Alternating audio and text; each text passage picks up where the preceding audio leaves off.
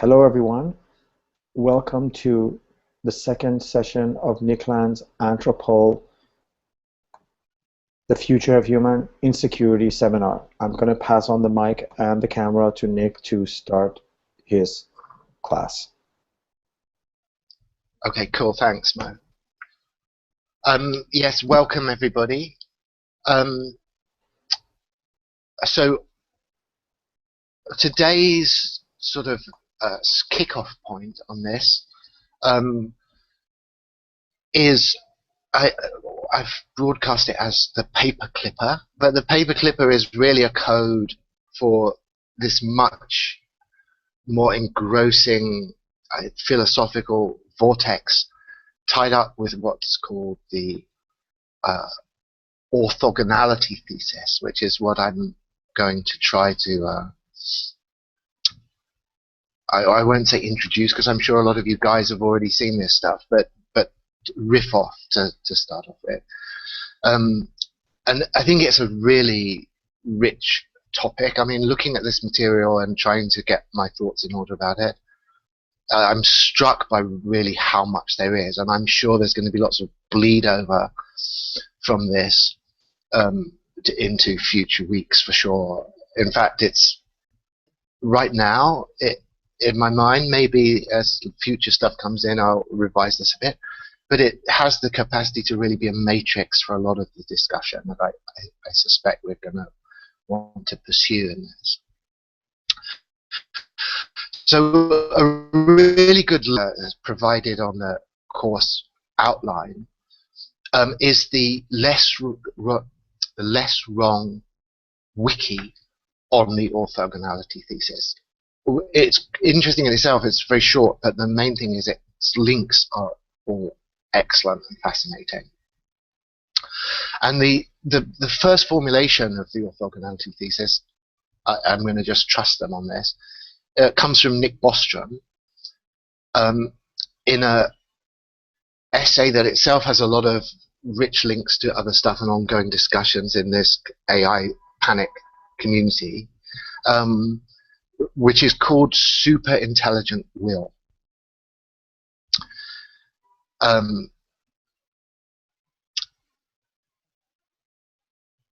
what I want to get to, and I'm not going to spend a huge amount of time, I'll try and really be restrained about this, but I might have trouble. People might have to start poking me at some point. But what I really want to introduce, and is almost introduced by the very name of this thing, is the question of diagonal method in our set of concerns here. So I think maybe the first thing I should say is why, if we've got Anthropol, and I will continually try and get us back to this point of the Anthropol inner circle sitting around in their war room discussing the AI threat. That's a dramatic context always. And the orthogonality argument is absolutely part of that. It's part of a discussion about dangerous preconceptions that people might have about artificial intelligence. And the most straightforward of these, the most on some level superficial, but it opens into a lot of things very quickly, is the question of anthropomorphism.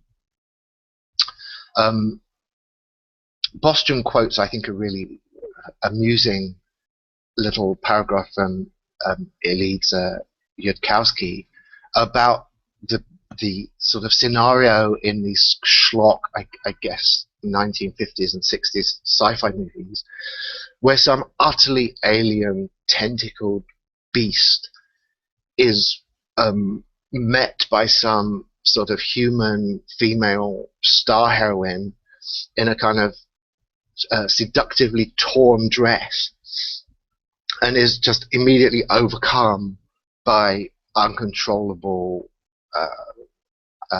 passions for this human female who obviously needs protecting by some appropriate star hero. And he's obviously making the point here that humans naturally are going to presume an anthropomorphic model of any intelligence that they conceive. That's the default. They're going to assume the same things they do, that it desires the same things they do, that it has the same goals and motivations that they do. And so the starting point in some respects is this attempt to overcome an anthropomorphic model of alien intelligence. Alien in our sense, obviously, referring primarily to synthetic machine intelligence. And I think this is obviously an entirely commendable enterprise. There's a lot of really interesting philosophical activity kicking around in various places right now on this attempt to de-anthropomorphize the relevant set of notions here.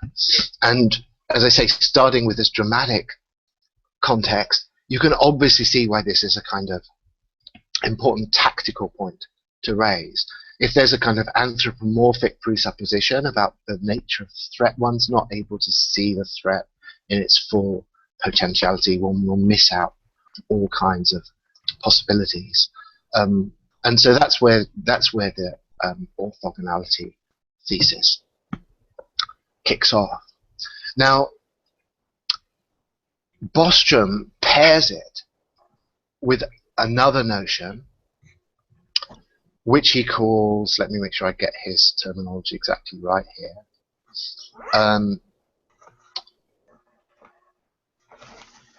Sorry, one second. The instrumental convergence thesis. And I think we'll talk about this a bit and inevitably get into it, but it's something that is also in itself so intrinsically interesting that I'm tempted, as far as we're able, to push that down the line to make it the kind of central concern of the future week's topic. So the orthogonality thesis is associated with two model AI monsters that we might as well introduce straight away. Let me just, first of all, sorry, I'll take one step back. I should define this thing. It's very consistent what Bostrom says about it. In his abstract to his superintelligence paper, he uses a terminology that he exactly repeats later, where he says, the orthogonality thesis, with some caveats, the orthogonality thesis holds with some caveats that intelligence and final goals, purposes in brackets, are orthogonal axes along which possible artificial intellects are can freely vary. More or less any level of intelligence could be combined with more or less any final goal. And he's obviously so satisfied, as I say, with that definition that he repeats it in the body of the text, I think exactly word for word. So that's, I think we can rely on that as a authoritative definition of what the orthogonality thesis proposes. Now, coming from certain philosophical lineages, there's something overwhelmingly enticing about the orthogonality thesis, because it seems, even though Bostrom never mentions this explicitly, it seems to deliberately invite a challenge, a diagonal challenge. I mean, it just intrinsically is asking us to do that. And implicitly, if we turn it around, implicitly it's a kind of anti-diagonal argument.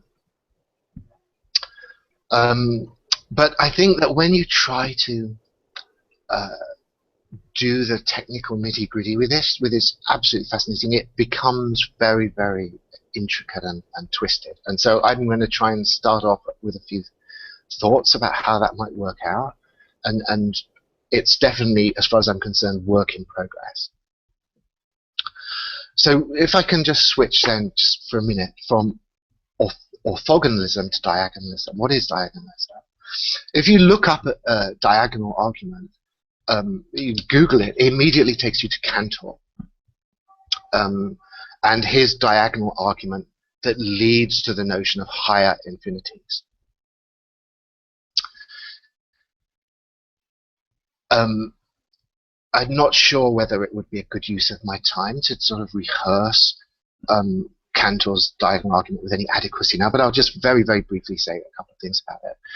And what I'm interested in, it's obviously fascinating itself, but what I'm interested in here is if you were to abstract from this particular mathematical usage of diagonal argument and try to formulate what is a diagonal argument in general, what are the basic irreducible elements of that? And we can see what Cantor does.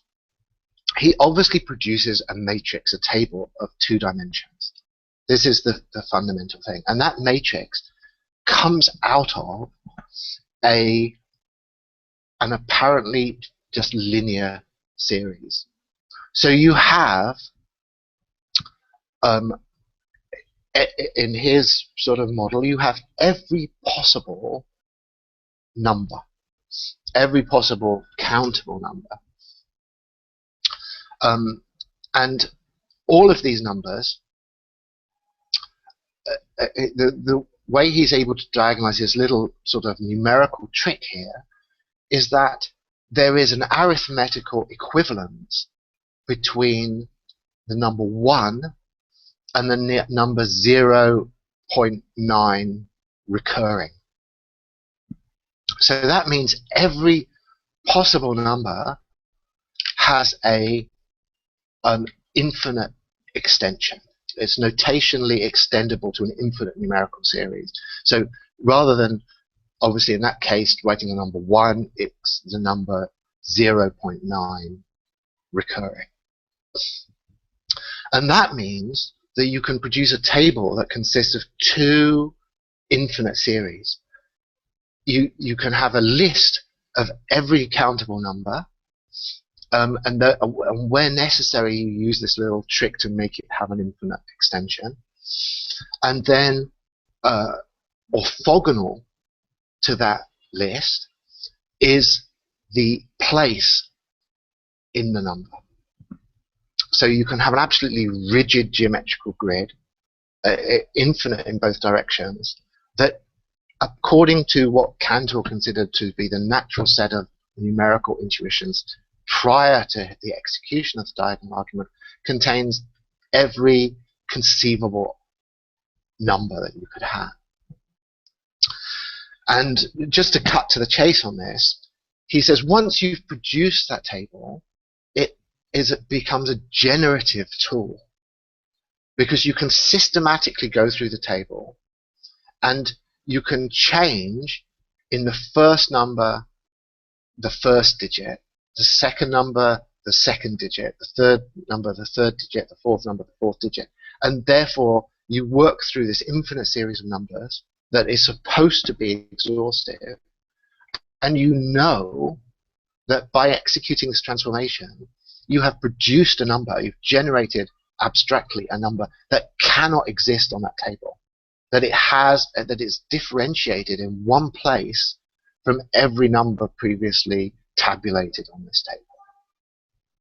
So I'm not going to get us lost in Cantor, but it's just to say, this is the prime example, and you go to look at this, and this is what you see. This is the model, and it's beautifully rigorous. It's absolutely exquisite theoretical artifact. The thing I immediately want to throw into this, which is a much more, in a sense, simplified version, is the fact, or the claim, I should say, that transcendental critique, Kantianism, begins, I want to argue, with its own version of a diagonal argument. And if we're looking for these common features, the common feature is it starts with something that looks simply linear, in this sense an absolutely minimal atomic linear structure, which is an opposition between 2 terms, and it tabulates them in these 2 dimensions in the same way. And famously, everyone knows, of course, these 2 terms being the analytical and the synthetical, and the a priori and a posteriori. So it's kind of presumed that analytic and a priori belong together, and that synthetic and a posteriori belong together, and you've therefore just got a linear redundant series. Instead, Kant tabulates them in 2 dimensions. So you've got an a priori, a posteriori axis, and you've got an analytic synthetic axis, and through that tabulation, through that unfolding of the series into 2 dimensions, you produce this generative capability. And the generative capability in the Kantian case is to produce this new judgment, the synthetic a priori judgment, which is therefore, strictly speaking, even though this is such a minimalistic little table, is a diagonal construction.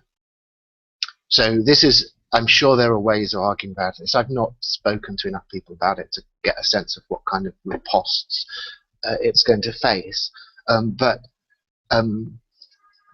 This is to say, transcendental philosophy is diagonal argumentation philosophy.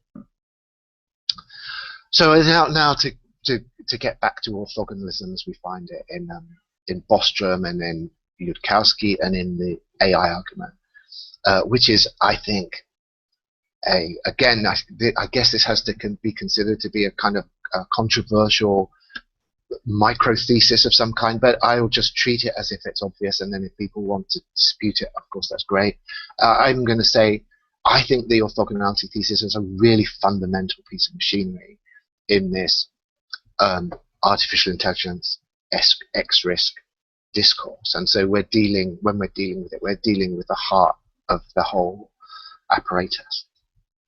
So then my question is this: how would you approach the orthogonality thesis as Bostrom lays it out from the perspective of diagonal method, and what would the conclusions of that be?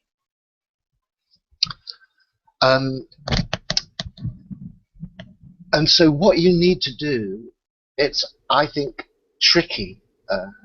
We know from what we've seen of these two examples of diagonal arguments so far, that you need to find some opposition that seems to consist of redundant terms and that are used more or less interchangeably, and yet when unfolded into 2 dimensions allow us to produce a diagonal construction. I think that stage is something that's, as I say, I think tricky, but it's not overwhelmingly intimidating.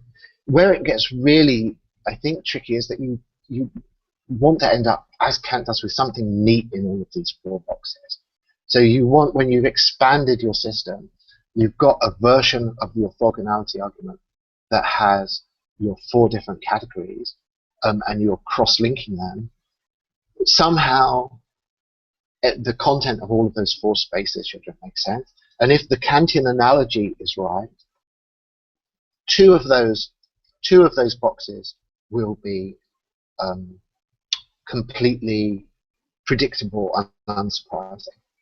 You know, you could almost just cross-hatch them out. They're not interesting because they're what you would have got anyway. So in the Kantian case, you know, of course, you've got an analytic a priori box. Of course, you've got a synthetic a posteriori box. They're not interesting. You'd have those even if you hadn't undergone the whole process of diagonal method. What you've got in the Kantian case is, crucially, you've got a diagonal construction. You've got the synthetic a priori, and you've got, in his case, and I'm not, this is again something I'd be interested in chatting with you guys about. I don't know whether this is an essential thing.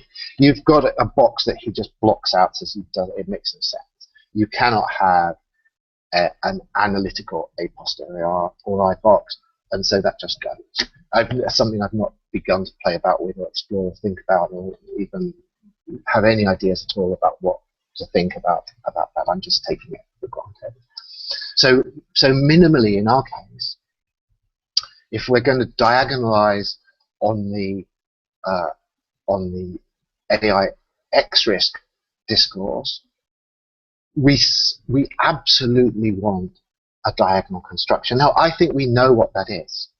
You know, that for me, in building this thing, is one of the building blocks that's in place. It's something like, I think it can be called in different ways, but it's something like the will to think. It's something that crosses over between intellect and will. And interestingly, you know, this is sort of predicted by Bostrom in the title of the paper. And he calls it super intelligent will. It already has the kind of the prospect of this kind of diagonal agitation in the title.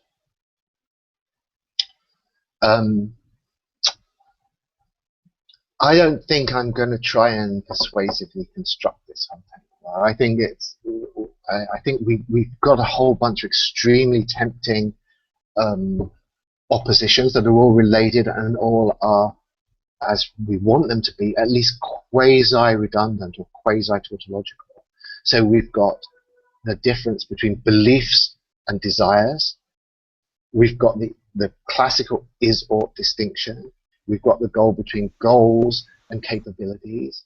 And slightly, I think slightly at an angle, I don't know whether this is good or bad in this case, we've got the means-end distinction. But this is something that is going to be particularly delicate to use, because as we'll see in the way Bostrom handles it, he uses that particular opposition in a very peculiar sense.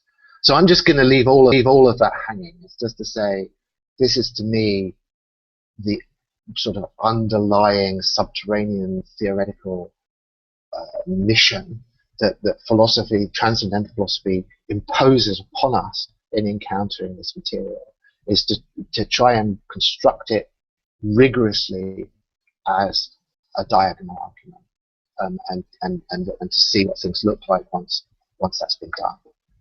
I'll just say, I have no idea when you do that what the response is going to be around our little Anthropol war room table. I mean, whether they're going to think that this piece of theoretical work is helpful to them or is in some sense deeply unhelpful is again something that I think needs to be discussed. So I've just a few more words on this whole thing. Bostrom very explicitly introduces Hume into this, and I think there's this very, very famous Hume quote from the Treatise on Human Understanding, probably, I think, maybe the most famous, widely cited Hume quote, certainly important to these guys anyway, where he says, "Reason is and ought only to be the slave of the passions and can never pretend to any other office than to serve and obey them." So I think whatever we end up doing with this material, we're going to be in some kind of dialogue with this particular quote, which is extremely well constructed. The fact he's managed, I mean, if I can just repeat the start, reason is and ought only to be. So he's got the is-ought distinction built into the thing in this reflexive fashion that is extremely interesting. So I've got two last points on this, or two terms that I want to talk about. The first of them is transcendence. Now, I think interestingly, everyone coming out of our dominant, or the dominant European philosophical tradition knows that you can win a transcendental argument by using the term transcendence in the right way. If you can pin it on your enemy or the position that you're wanting to attack in the right way, you have a knockdown argument. And so it itself is an extremely powerful tool, but because of that, it tends to be used in these widely different ways. I mean, what's totally fascinating is two massively contrary positions can both accept that that's the rule of the game, you know, that they're trying to, in both cases, characterize the opposing position as having some transcendent attachment, and they can bash the transcendent attachment. And I'll just give you one, I think, quite interesting example. In fact, I'm going to stick the link in the little box, which is a recent piece, I think recent, by Benjamin Noyes on killer drones, which is a topic that should, at least could arguably come hugely into our discussion. Damn, where is that?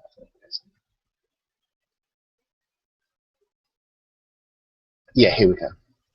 It's called Drone Metaphysics. Nicely consistent with the Kantian usage. And his whole notion of what it is for something to be transcendent is, it's driving his whole argument. And it's, I'm not going to, sorry, I shouldn't get into summarizing this thing, and I'm not even sure I'm quite competent with confidence to do it yet. But he basically says, if you take out the transcendence on the discourse of drones, you end up with the kind of position of sort of ethically regrounded position on drone warfare that he's trying to advocate.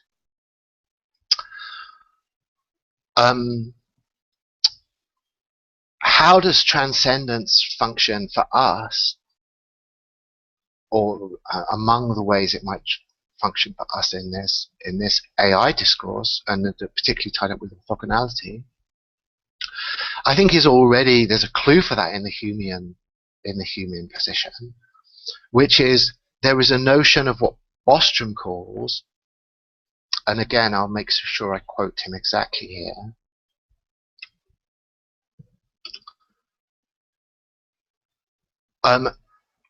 final goals brackets purposes, which he's contrasting to intelligence. So this is obviously one of these things that we're tempted to play around with on a diagonalizable box, are beyond modification or in fact, rather than blurbing, I think I can get this exactly. He's got a quote exactly on this.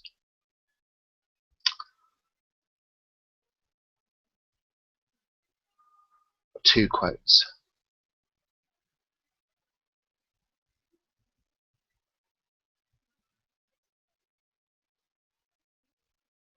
Oh, sorry, 1 second. Yeah, sorry, this is, now I'm quoting someone else. I'm quoting a very interesting critique that's in the reading list of the wiki on the paperclip maximizer. John Danaher, in a critique of Bostrom on superintelligence, he sort of carefully tries to reconstruct Bostrom's argument, and he says beliefs are motivationally inert. Bostrom's phrasing of this, I think, is very interesting, and is something we can definitely see in our Warham discussion. He says, quoting Bostrom now, the possibility of cognitive systems need to be raised, I've just added that fail to satisfy substantial normative criteria, but which are nevertheless very powerful and able to exert strong influence on the world. Now that's actually a pretty good little micro definition of the notion of AI threat. So I don't think it's a stretch here to say that the orthogonality argument is putting final motivation in a transcendent position relative to intelligence explosion. The fundamental substantial core of the orthogonality thesis and the arguments built around it is that you could have an explosively self-enhancing, massively powerful, menacing artificial intelligence that would be rigidly constrained by some arbitrary purpose of almost any kind. I mean, he says there are a few caveats to that, and they're all very interesting, but Bostrom himself wants to rush over those and say, they're very limited and narrow special cases, and as a general principle, we can say And again, I'll just do my last quote for now of him. Um, One can easily conceive an artificial intelligence whose sole fundamental goal is to count the grains of sand on Boracay, or to calculate decimal places of pi indefinitely, or to maximize the total number of paper clips in its future life cone. In fact, it would be easier to create an AI with simple goals like these than to build one that has a human-like set of values and dispositions. Now, this quote, I think, is crucial because it does two very different things that are both crucial to this. Sorry to repeat crucial. Really important to what we're doing.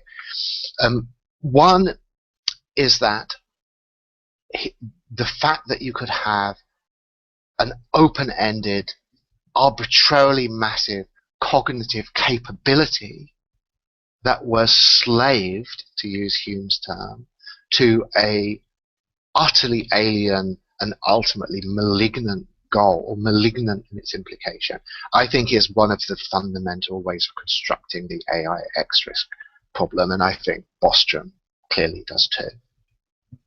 But the second thing to note about this quote is this use at the end, to the comparison with an AI that has a human-like set of values and dispositions.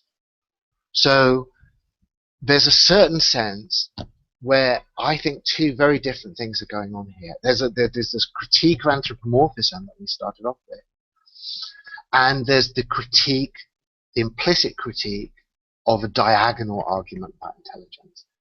And by implication, Bostrom seems to be treating those things as if they're the same. By distant implication, to be fair. I mean, I'm constructively reading stuff into him by the way his argument works, but it seems to me that ultimately, if you put this thing together, those two things are being aligned implicitly, and that therefore there's a weird move that's possible, that the critique of anthropomorphism moves again implicitly, tacitly, into a critique of diagonal argument.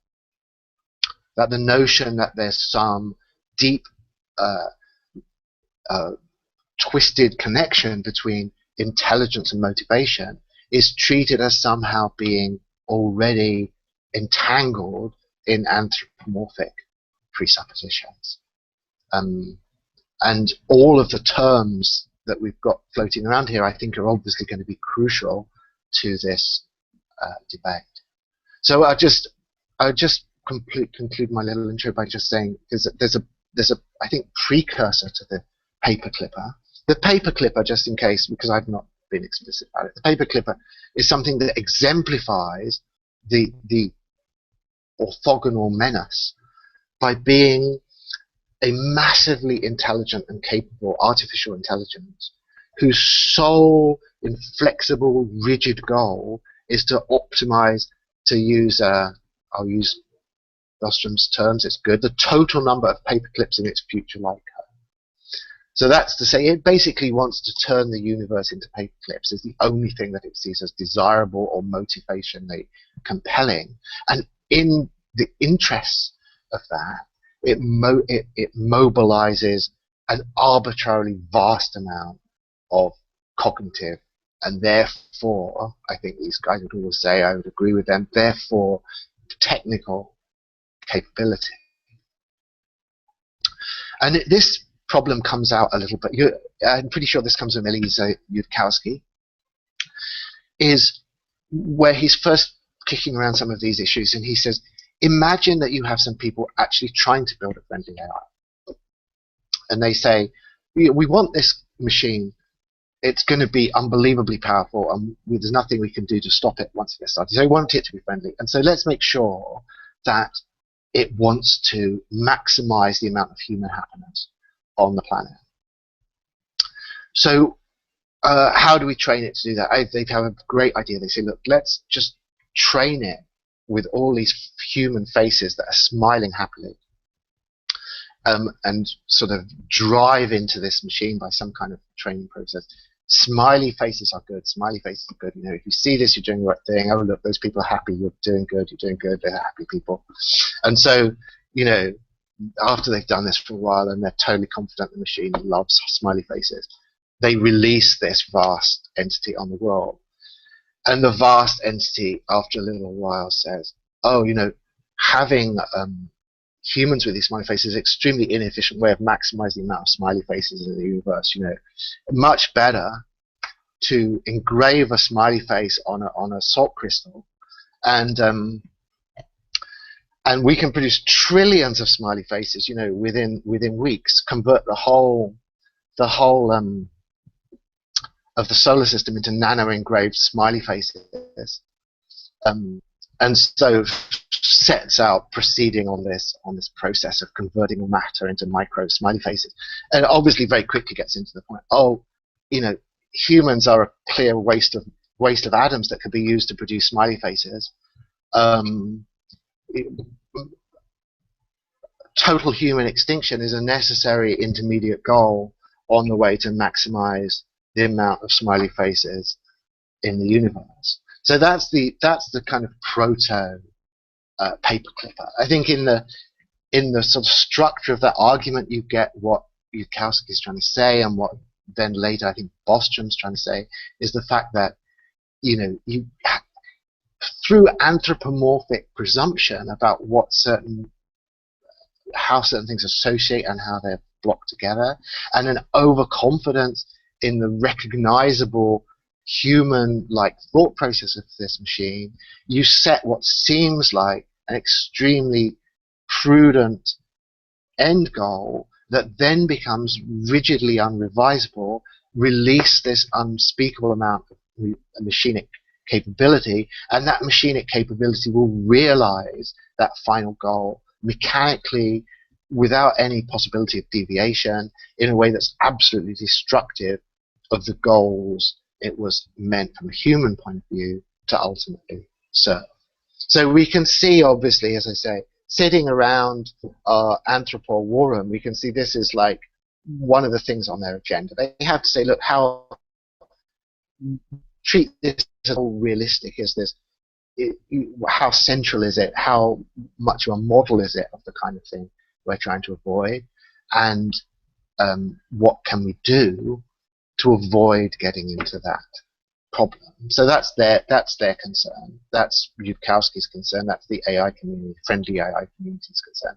As I say, I think I certainly have extraneous concerns. That one of them is to construct a good diagonal argument, and because that good diagonal argument is going to mess badly with the orthogonality thesis, it's in a peculiar position in relation to that orthogonalism. And I would say, if that diagonal argument works at all, then the paperclipper goes straight onto the junk pile.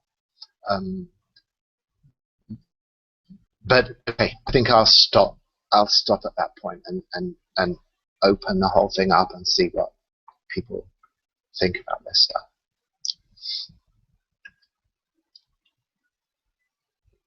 So yeah, Mo says everyone has control over their own mute button.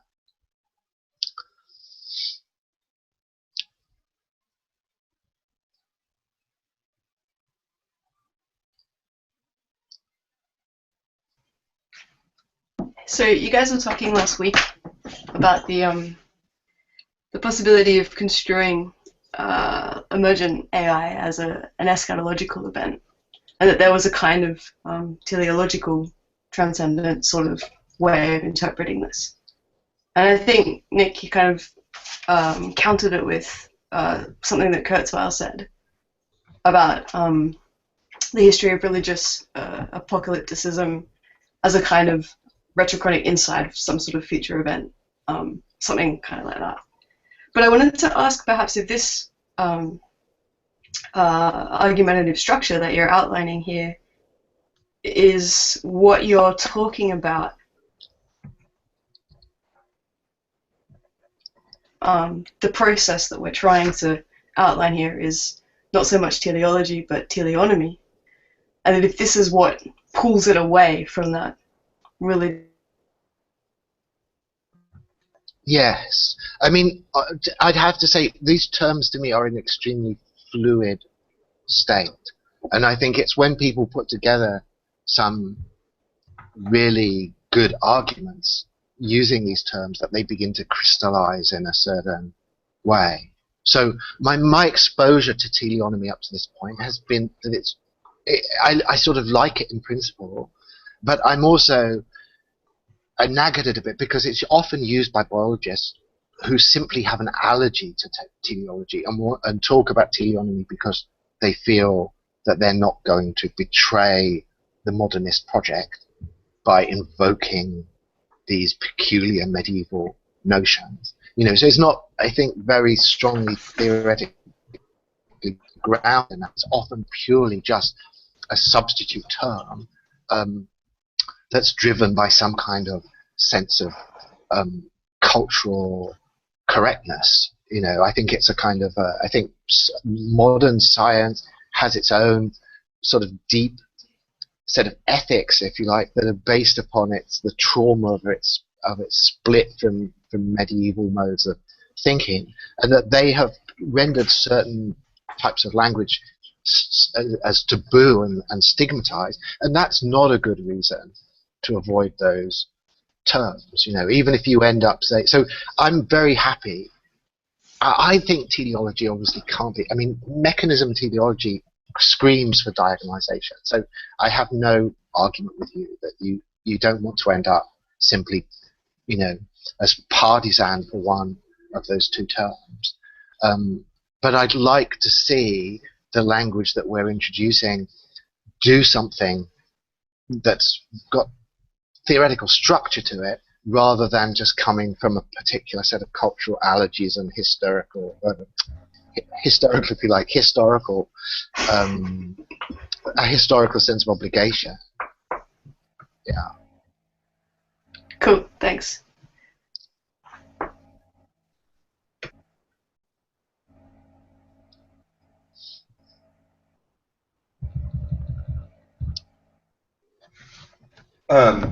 Nick, I've been trying to find the quote so I could actually read it, but I've been going through superintelligence, and I was just wondering what you thought of the one place where it seems like he makes, to me, like a cogent defense against the diagonal argument that, well, value making is an intelligent activity, and it's insane to imagine that something intelligent enough to convert the entire world into computronium, or outgame humans in order to let it out of its box that they've put it in, et cetera, would be unable to identify something as its goal and refine or revise that goal over time. That there would be, viewing finality as some point of arbitrary fixed stupidity that can constantly be overcome. And he makes the argument that the final goal may be the most effective, or that may be the most effective form of identity for something, that it's telic vector through time, or that goal with which it is associated would be through any number of, like, trading modules and trading memory with other programs and so forth. This would be the way it would identify itself, and therefore it would have a clear motive to prevent future changes or revisions to its quote-unquote final goal. So finality instead of stupidity, DNA. Yes. Do you have any? What did you think of that? Well, I think there's a lot going on there, and there's two sort of axes of reference immediately to stuff that's spinning around in our zone there, which is, one is Yudkowsky, again, has a lot of stuff like that, and the other thing is this paper that I think is crucially intelligent. I mean, crucially important, intelligent too, which is the Steve basic AI drives. I mean, I always push this hard, even though he ends up actually totally aligning himself with the orthogonalist camp. I think it's one of those crucial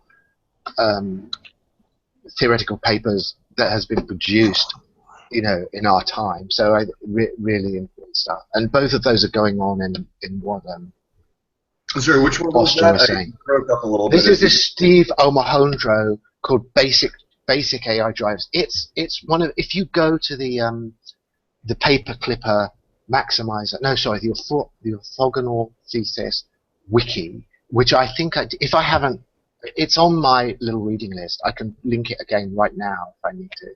Maybe I should, because I've got it right here. Yes, please. That would be nice, Nick. Yeah, here, I'll just give it to you guys. Here we go. all the stuff that feeds off this is really worth following up. It's an excellent little resource.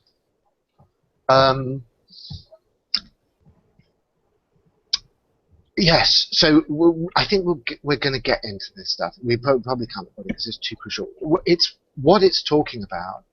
It's talking about both the things that Bostrom's talking about. It's talking about the orthogonality thesis, and it's talking about what he calls these basic drives, what are now called Omohundro drives, in reference to him.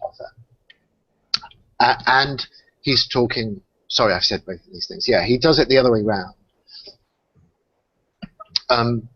And his position and Bostrom's, it's interestingly how subtle the differences are there. There's this, I think, some difference of emphasis, but maybe that's just me and the things I'm looking for when I'm reading this stuff. But this is one of his basic drives. He has a suggestion of these things that Bostrom calls, God, sorry, I should know this off by heart now because I've already repeated it in this thing. What's it? Convergent instrumental rationality, is it? What he calls the instrumental convergence thesis. And it's one of the basic things. That's to say, there are certain things that whatever you're trying to do, you have to do as kind of sub-programs or components, as means, that's to say, of these ends, whatever it is.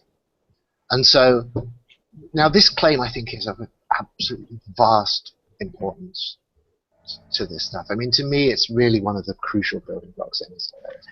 Because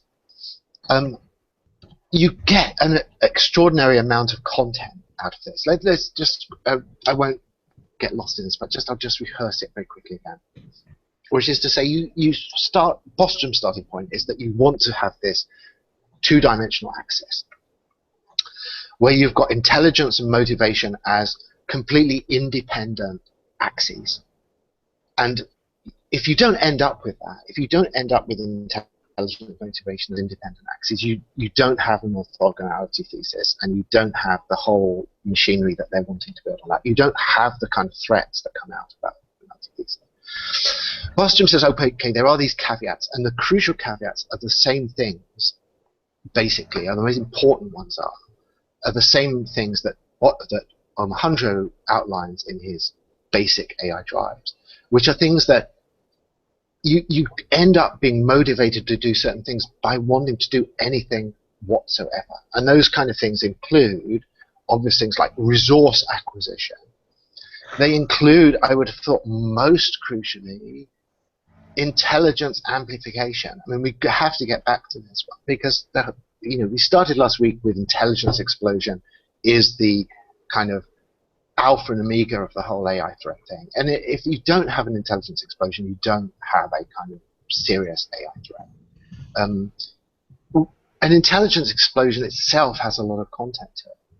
If you're looking at the intelligence explosion from the side of the machine, it doesn't have the same kind of constraints we've got. We have a massive amount of deep biological constraints because intelligence is not selected for in any straightforward way in biological systems. Intelligence as a free-floating, abstract, ratio-sensitive capability is not adaptive. What's adaptive is being able to do particular things that maximize your gene frequency in future generations. So intelligence is kept on a very tight leash in biological systems as a rule. Again, I'll bracket that as one of these controversial claims. It seems to me that's a crucial thing. And why AI is dangerous to us is we have these constraints and it potentially doesn't. Those constraints, I think, I'm sorry I'm digressing here, but I think it needs to be said that a crucial part of this whole notion of threat and of skepticism about it is that from the human point of view and from the sort of institutional AI production thing, not the friendly AI people trying to do this AI stuff and people skeptical about it, they say, building intelligence is really difficult. And you look at, but it took biology a whole massive amount of time to do it, and you look at humans and, it's also complicated. And the whole notion is that it's this slow, incremental, difficult, arduous task to add a bit of intelligence, add a bit of intelligence, add a bit of intelligence. This is in a different and more interesting way what Hansen is saying in his argument against the intelligence explosion suggestion. But I think what is missed out by that is that we are specifically constrained. We are constrained because from the point of view of natural selection, intelligence that is not hard slave to various kinds of biological motivation is useless and probably dangerous. There's probably been massive culling throughout biological history of free-floating intelligence. It is a danger, it's a menace, it's something to be chopped out of the genome by natural selection at every opportunity. So immediately you've got a contrast with machine intelligence that it doesn't necessarily have any of that at all unless the friendly AI people put it in. It's a complete reverse of perspective. It's to say, we come from a tradition, a biological tradition, that has been directed intrinsically and automatically towards the constraint of intelligence. And unconstrained intelligence is something that hasn't in any way been optimized within those lineages that we come out of. So sorry, I'm sort of wondering. I'm trying to get back to your basic thing. So yeah, so the points Bostrom then makes about well, what could conceivably be some of these basic drives? It does include this one about continuity of identity, and continuity of identity might include attachment to these basic values. Yudkowsky likes that a lot. He gives the example, he says, of Gandhi. He says, you say to Gandhi at some point X, what do you think about the idea of at some point you changing into the sort of person who would revel in mass extermination of your fellow beings? And he says, well, of course Gandhi's going to say, no, I don't want that change to happen. I wouldn't. It's impossible that I could allow or tolerate a change if I'm in any position to stop it that would change those basic values. I wouldn't be what I am if I was, Gandhi, the axeman of total death, just doesn't sort of fit together. And in the same way, this is then Yudkowsky saying this is what we want this AI to think, that it would be like it would see these possible final motivations as so inconsistent with what it is that it would reject them in principle. So sorry, I know I'm rambling here, and no, it's okay. Question. You got my mind off onto that constraints and biological evolution issue. Yeah, what about it? Sorry. No, sorry. While you were going back to what I had originally asked, I was thinking about what you just said. Yes, I mean the basic drives that I think there are a number, and this is one. It's one to talk about. I don't know. Yeah, it's obviously of great importance. There's one that totally freaks out the AI people, which is resource access, maximization of resources. That's a basic drive. If you want to do anything, you want the resources to do it. More resources are always better than less resources. And so they, Omohundro, Bostrom, Yudkowsky, all of these guys, I think, not unreasonably say, we can assume that whatever we've told it to do is going to try and maximize resources available to itself, unless we're very, very careful about putting some limits on that if it's possible to do so. So that's one. That just seems like a perfect example to me of the problems with taking programmers setting a final goal for something designed in a lab as your initial assumption.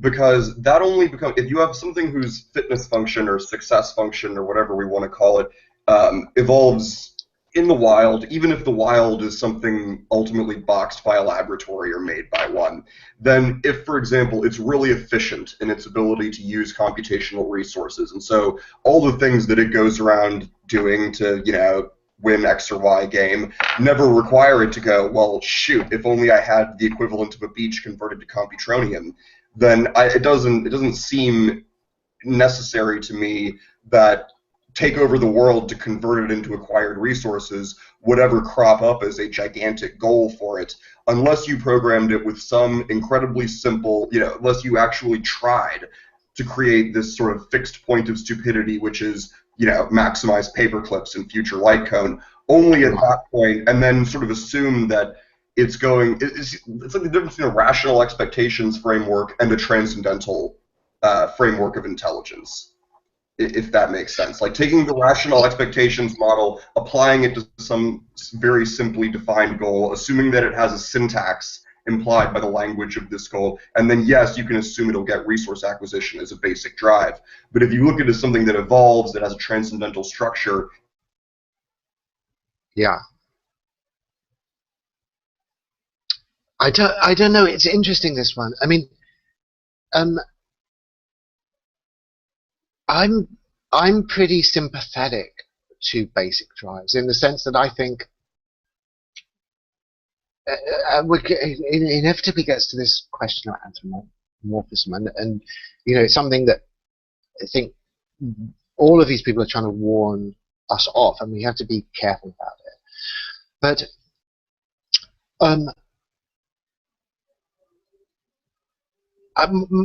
if I was going to throw out a kind of another controversial thesis here, I would say that we have no motivations at all that are not extrapolated basic drives.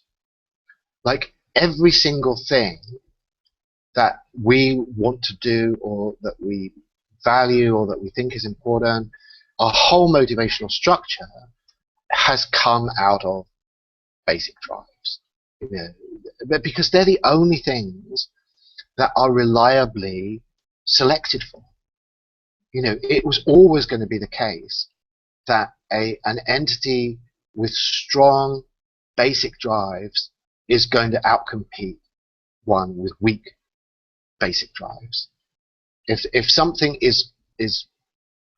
takes as a kind of intermediate instrumental goal that it wants to be as capable as possible intrinsically and in terms of resources available, then how can that not win out against something that has a kind of series of more arbitrary drives that aren't increasing its capability?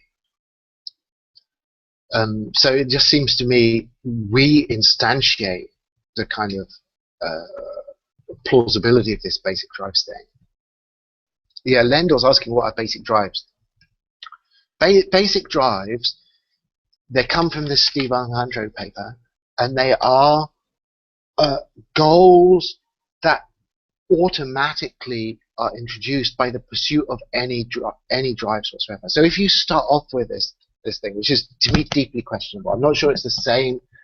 I'm interested in whether I've got the same problem with this as Jake, and I'm not sure. But the starting point seems to me deeply questionable, that you have an arbitrary starting point. But just for the sake of philosophical argument, let's say, produce maximum amount of paper clips is the one we're dealing with. Then you're going to have a lot of convergence. Sorry, someone trying to talk here. I'm not hearing. No, that might be me. You're going to have you're going to have a lot of convergence just by the fact that if it rationally pursues these goals, it's going to need certain things. It's going to need resources to make into paper clips. It's going to improve its own cognitive capabilities. It's going to improve its efficiency at making paper clips. There are a whole bunch of things that are going to help in making more paper clips and help anything else it might possibly want to do. And so they are basic drives, and they are things that you can assume that any super intelligence has to have. So at that level of its motivational structure, it pretty much has to comply to these things. If you've got a realistic enumeration of these basic drives, and I'm not sure whether I think all of Alejandro's ones are equally persuasive, then these are things that you are going to expect to see. They're things you can predict, even given this totally arbitrary motivational starting point. So, I think in some ways, Jake, we're sort of like coming at this from opposite sides, because I'm kind of wanting to defend basic drives against these arbitrary initial drives. I mean, of course, those arbitrary initial drives are highly realistic for these very limited systems that we have now. Nick, yeah. don't you think supporting the basic drives is anthropomorphic a little bit? Well, but I don't think they've come from analogy with humans. I think if we didn't exist, the same kind of theoretical and philosophical process would get to the conception of basic drives, because they are just instrumental elements of pursuit of ulterior goals. So, I don't think they're in the same category at all as the kind of fetching space heroine in a torn dress. That's anthropomorphic. The notion that maximizing resource acquisition is something that is going to be useful whatever you want to do is going to be as true on Arcturus as it is in our solar system. I mean, it's just surely something baked into the cake of cosmic reality. I mean, any species on this planet is going to, insofar as it can maximize resources, surely maximize resources. Because whatever it wants to do, resource maximization is going to be a adaptive function of that. Okay, so then my question will be, how do you bring in death into it? Because if our comparison is to biological systems, we know that from like as much as possible purely theoretical, sort of like theoretical standpoint, maximizing resources for a biological system is based on sort of like prolonging the distance between being born and being dead. But there is this finality that is sort of understood by biological system as a way of sort of like, you know what I mean, the way cells then destroy themselves at the end. But Right. but the overall trajectory is to how to intelligently navigate from birth to death to maximize this period, or like make it complicated and maximize and prolong it, right? I'm just quoting Freud and other things I've read, right? So how do you build that into it then, which is sort of like, I mean, I don't think kind of very crude Darwinism would have a huge problem with this, because it would say, the biological motivation is to maximize gene frequency in future generations. So when you're talking about resource acquisition, you're talking about the maximization of resources in your genetic lineage. You're not talking about personal resource acquisition. And obviously, from the biological point of view, the person is just a servo mechanism for genetic proliferation. I mean, it has no status as a final goal. So the sort of transhumanist thing of, the purpose of maximize resources is to get my head frozen at Alcor and thawed out in the far future. I mean, that is the thing that needs explaining. I mean, that's a weird, perverse spandrel from the biological baseline. I mean, I think that what we would expect to see, and I would argue we typically see in biological systems, is that they would accumulate resources on their genetic lineages. So, I mean, obviously people, to be as totally crude as possible, it's to do with inheritance and descendants and passing stuff down to your kids and grandchildren. I don't think it's necessarily tied up with this immortalist imperative. because the phenotypical individual is of no ultimate importance, obviously, for as far as natural selection is concerned.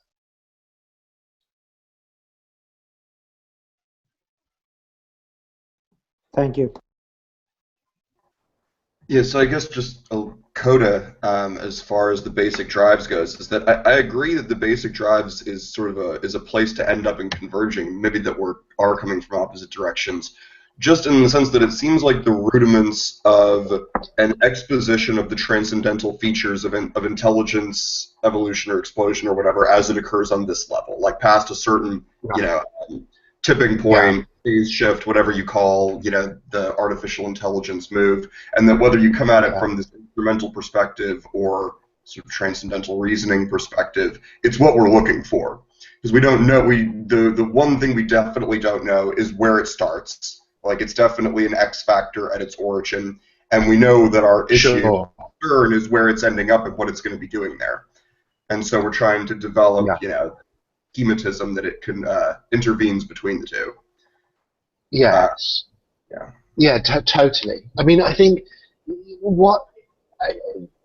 it's probably that I'm not seeing exactly what's going on here in this material. But my initial sort of sense of surprise, partly, is that intelligence explosion and the orthogonality argument don't seem to be brought together in any strong way.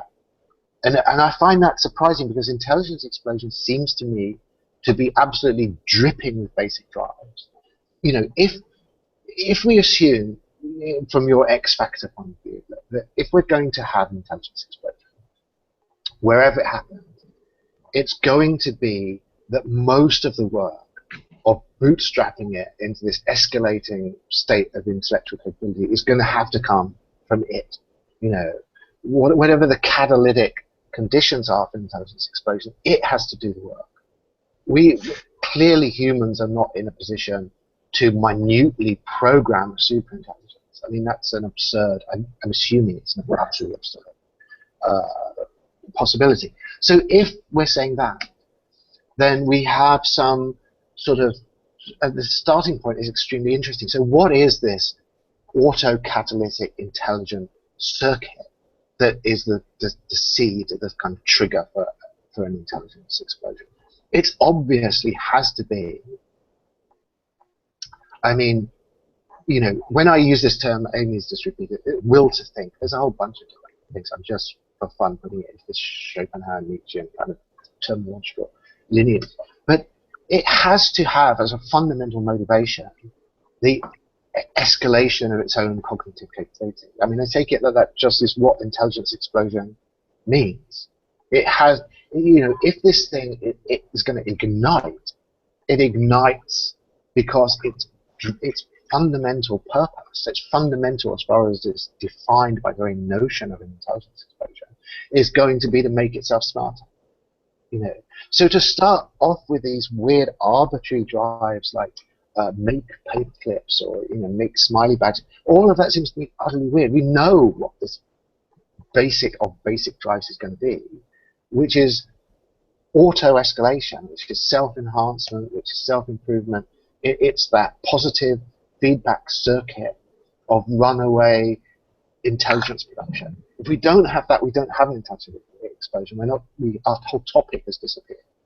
So we have to assume, if we have a topic at all, that this thing wants itself to become smarter. And yet, weirdly, looking at this whole discussion of the orthogonality argument, that fundamental factor, that basic building block that seems to be given to us for free right from the start, doesn't seem to be included. It doesn't seem to be a fundamental part of those arguments, and that seems to me odd, really.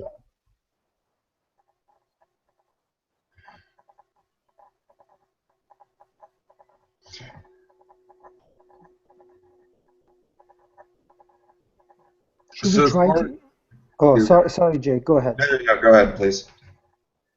I only wanted to suggest that maybe we should open the discussion to others, because I see lots of comments. Amy's talking on the side, and you know what I mean. Maybe Lendl wants to say something to broaden it. Yeah, sure. Just between being like so. You and me and Nick, kind of like going over like what was proposed earlier? Yeah. You think we should actually start arm twisting people here, no? Yeah, maybe a little. Just be welcoming, because, more welcoming, maybe. welcoming. Turn to the violence a little bit later. I saw Amy type on the side. That's what made me think. Amy, do you want to explain what you mean? Yeah. Okay. Well, it seems that there's a submerged political argument going on in this as well, and that it kind of goes along this this difference between some kind of fact value is or transcendent goal determining necessity, or maybe not necessity, imperative, versus this immanent goal, like internally goal determining will, or whatever you want to call it. And that it seems that the model of AI that we're currently charting out following this will to think idea is heading towards an apolitical intelligence. Is that true? And sorry, I not, just missed the adjective there. It's a what intelligence? The sound glitched out. It's apolitical. Oh, right. Because it doesn't have a fulcrum between isn't or is it not? Is that not the case? And then how does it? I mean, does it need this? Right. Okay. Well, does it there's have a lot politics? going on Does it there. need to derive? There's a lot going on there. I mean, maybe we should take a step back. There's lots of possible political angles on this. Like Anthropol is a political institution, so it's totally part of the brief anyway. And then if we're going to say, well, coming at this orthogonality discussion as it exists, let's just for a side shelf our thing.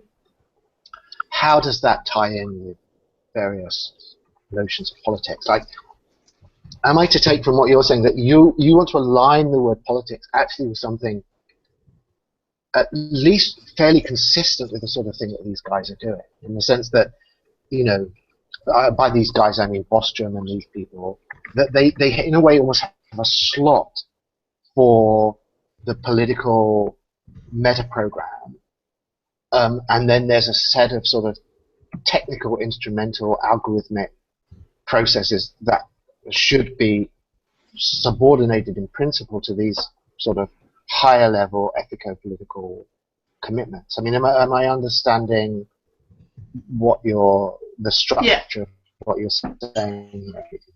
Yeah, I mean, you can read it as a critique of political of politics, like in short. But it also seems to me that there could be some kind of I guess the question is maybe better asked like this: is it an apolitical intelligence / will, or does it have its own immanent politics, which is something that we don't have I don't know, an anthropomorphic conception of? Yeah, I mean, my problem with this is only that politics is a word that is so slippery. Yeah. That I think I'm not insinuating anything more than just no, that's fine. About, like, insinuate away. I mean, insinuate absolutely. You have great total carte blanche to insinuate. But I'm just saying, it's used. Obviously, I come across it a lot in different contexts, and I just see it being used in ways that are utterly inconsistent with each other. I mean, there's certain ways of defining politics that are so all-embracing that it's almost impossible to imagine anything that is apolitical. So in saying something that is apolitical, it would be useful to me if you would just say what you think that means for something to be apolitical. Like, okay, I've got two things like in the back of my head when I'm asking this question, and one is I'm reading the model that you're sketching out against the model that Reza Negarestani is developing. Because I guess I read you two together all the time because you're constantly like playing off each other's thought in a really informative way. So like the model that Rez is in the process of sketching out and is, I think, writing a book on at the moment. I'm a bit rusty on this. Maybe Somo, if you know more about it, or Lend will like jump in. But there is this kind of normative function very much inscribed immanently into it as this idea of pragmatic, autonomous reason, which is an internal regulator, and it's understood through a systems theoretical approach to mind. There's a good dash of Neo-Confucianism in there. Right. Like Reza kind of always talks about Zongsan. Yeah. So the other thing I was this is going off in another No, it's not. It's extremely directions at relevant. once. It's extremely relevant. This notion of what it would be to be immanent normativity, I think, is an absolutely crucial issue. And but I don't know whether that is immanent normativity, political or anti-political, in the way you're thinking about it. You seem to be suggesting that immanent norm. I'm taking that an immanent normativity would be, we would be entering that by following this diagonal line that we haven't constructed, but would if you can diagonalize this argument and follow it, then you're heading into an immanent normativity. And you get certain. I think the reason I'm stressing this basic drives thing is I think that is a draft for an immanent normativity. That's to say, you don't intrinsic values. You can just put in completely arbitrary values, and you get this stuff coming out automatically just because to do anything you have to do this stuff, and therefore it's just you're going to find it in anything that becomes intelligent. It has to be doing this stuff. Now, if that's what you're saying, it's difficult because obviously the modes on stuff. I don't know whether people are familiar with this at all. But to be very, very quick and crass about it, it's introducing this kind of Chinese notion of self-cultivation. And it certainly seems to me that self-cultivation is a very close proxy, if it's dynamized, certainly it's a very close proxy for intelligence explosion. What is really the difference? It's a self-reflexive process of development. The Stoics, for that matter, who Reza is also pretty interested in the contribution. Right. Yeah.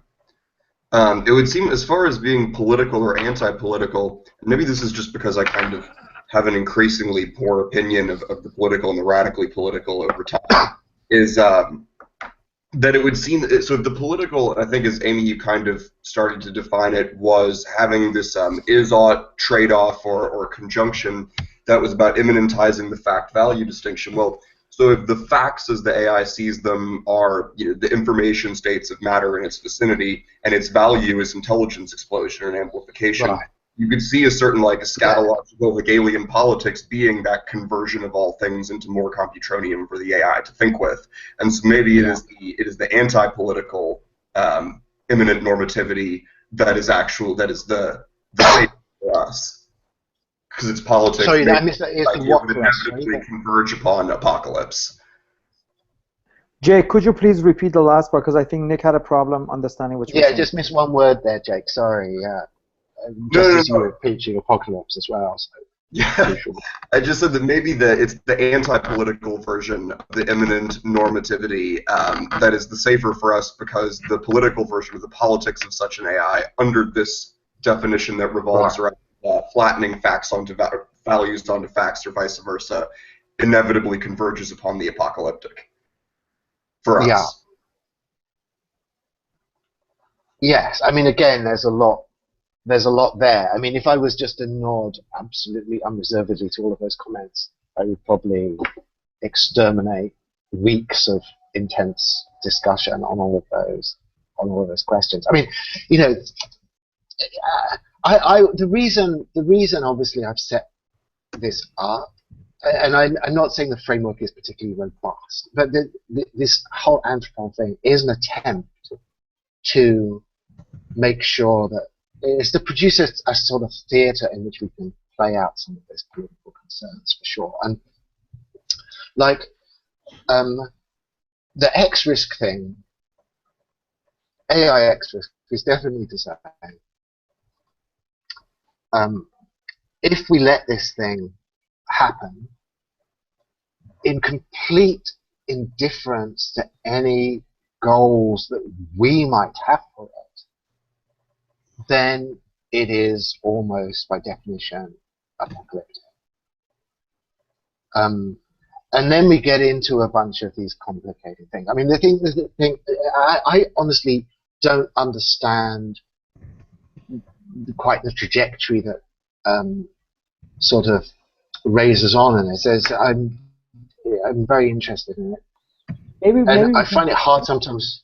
Yeah, sorry. maybe we can talk about that a little bit later, because maybe like I can have some insight into that. But like there's some interesting Yeah. question being raised on the sidebar by Burke and by Brendan, and also if Lendl Right. has something to say, because I see like, and I really want to understand it, Yeah. because it's all in short form, and it's like it's nice if they can like open it up. So I don't know who Sure. should we start with, but if you just go by the order, really, it should be Lendl. But if Lendl's shy and doesn't want to speak, maybe we can start with Lendl. Do you want to like propose what you were saying? Hey, yo, can you hear me? Yes, Yeah, totally. perfectly. You're shimmering, but everything else is fine. Thanks. I'll take that as a compliment. But I mean, I was what I was asking with the question of well, it wasn't even my question. It was for John. I'm sitting with John Cousins and stuff. But we had a question of just like where, kind of like what was the generation of the concept of intelligence explosion? Like, kind of what was the context Right. that enabled this idea to even be constructed? Because, at least in my head, there's a bit of a, like with a lot of contemporary computing, there's a sort of, there's a kind of, what do you say, contract with material engineering, where you can't, you know, to have this like totally unrestrained intelligence can almost be nothing but an ideal. Right. So I'm kind of at least like personally wondering like where this construction of the ideal. Well, I think the relevant. I don't know whether you've seen this I.J. Good, but that is definitely to just kind of get fascist about it. That's the authoritative origin of this thing. I mean, I think everyone is referring implicitly to that when they talk about intelligence explosion. And I mean, he's a techie guy, but it's going back a little way. So, yeah, I'm not sure. It's interesting, this thing about how you change that if you bring in this high hardware, software, and nonlinearity, which I know you're really interested in. I'm not sure that it needs to change it that much. I mean, in the sense that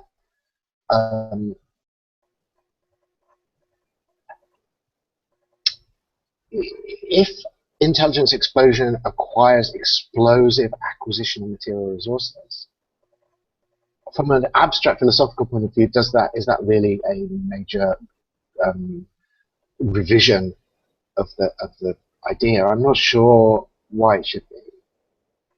I mean, I think that you can build in this whole hardware sensitivity to the whole thing without it being destructive, because it's just to basically apply a really fundamental cybernetic loop. Like, we've got this whole thing about, is this about positive feedback loops?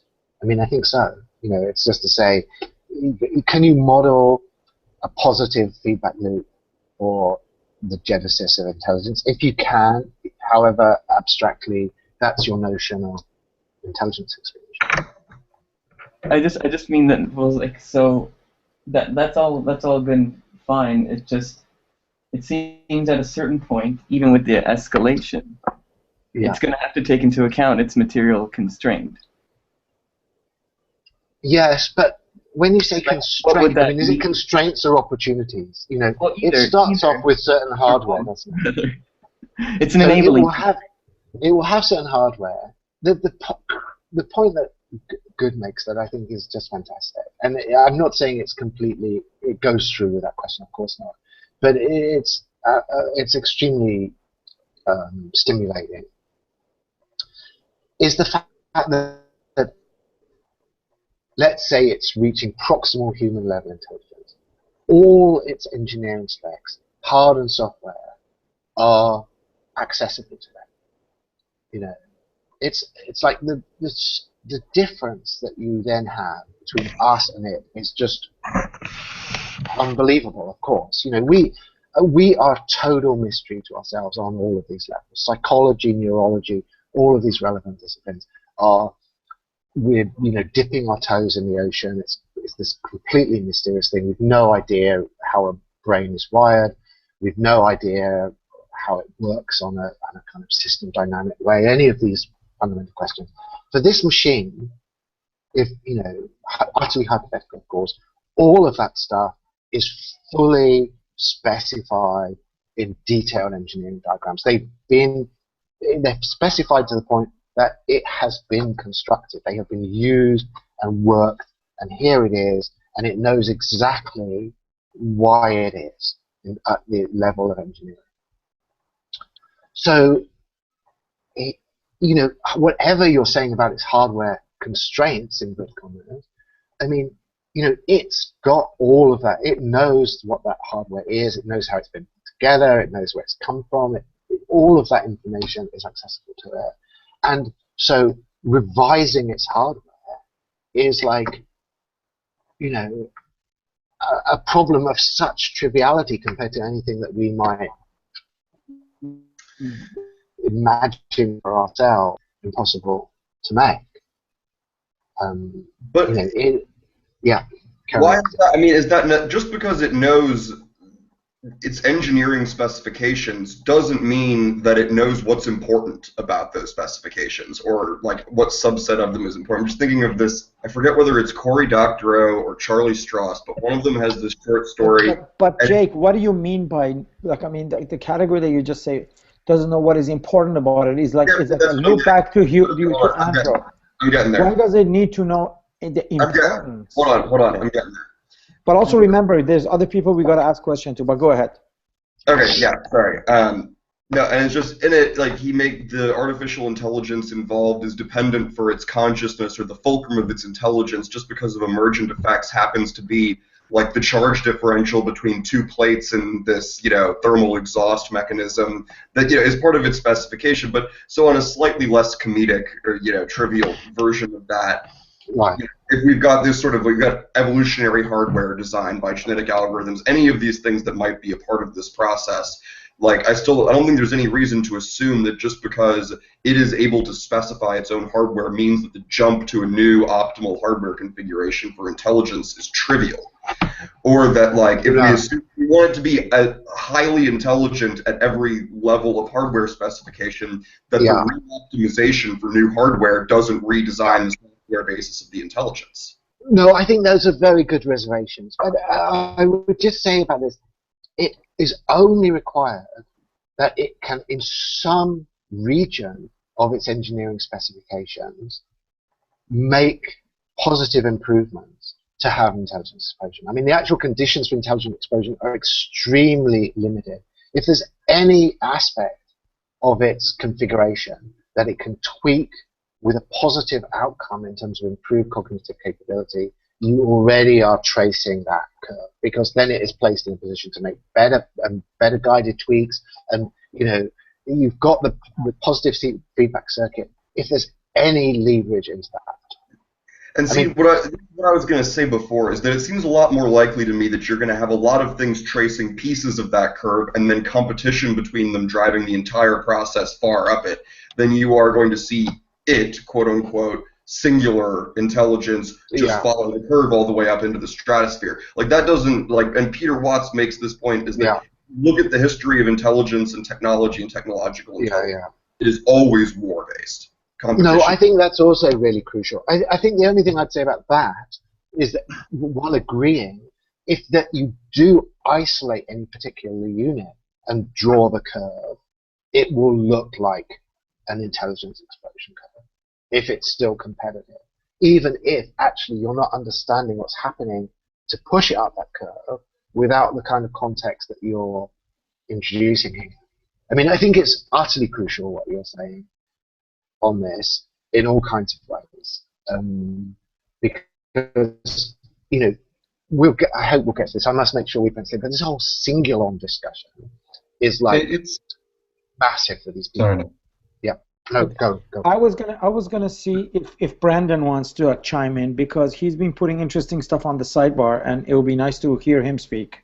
Well, can we? Because I think Brendan was just, Berkshire was just about to. Adam was just about to say something. Yeah, Okay, and there just seems like a connection between some of these ideas because, in a way, the explosion or the intelligence explosion part of it is not unintuitive biologically, right? Because you get like organisms in a particular ecosystem that suddenly make it into another ecosystem. You get explosions like this. You get like epidemics, pandemics, right? Invasive species, perfect example. Yeah. So that, in a way, is intuitive. That intelligence explosion part of it.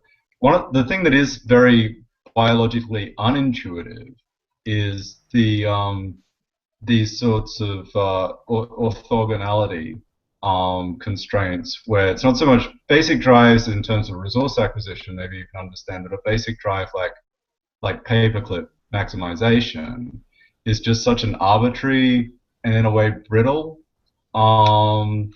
constraint that it seems very unintuitive to sort of survive a massive expansion, if you see what I mean. Because biologically you would evolve out of that, even if that was an initial condition. Yeah.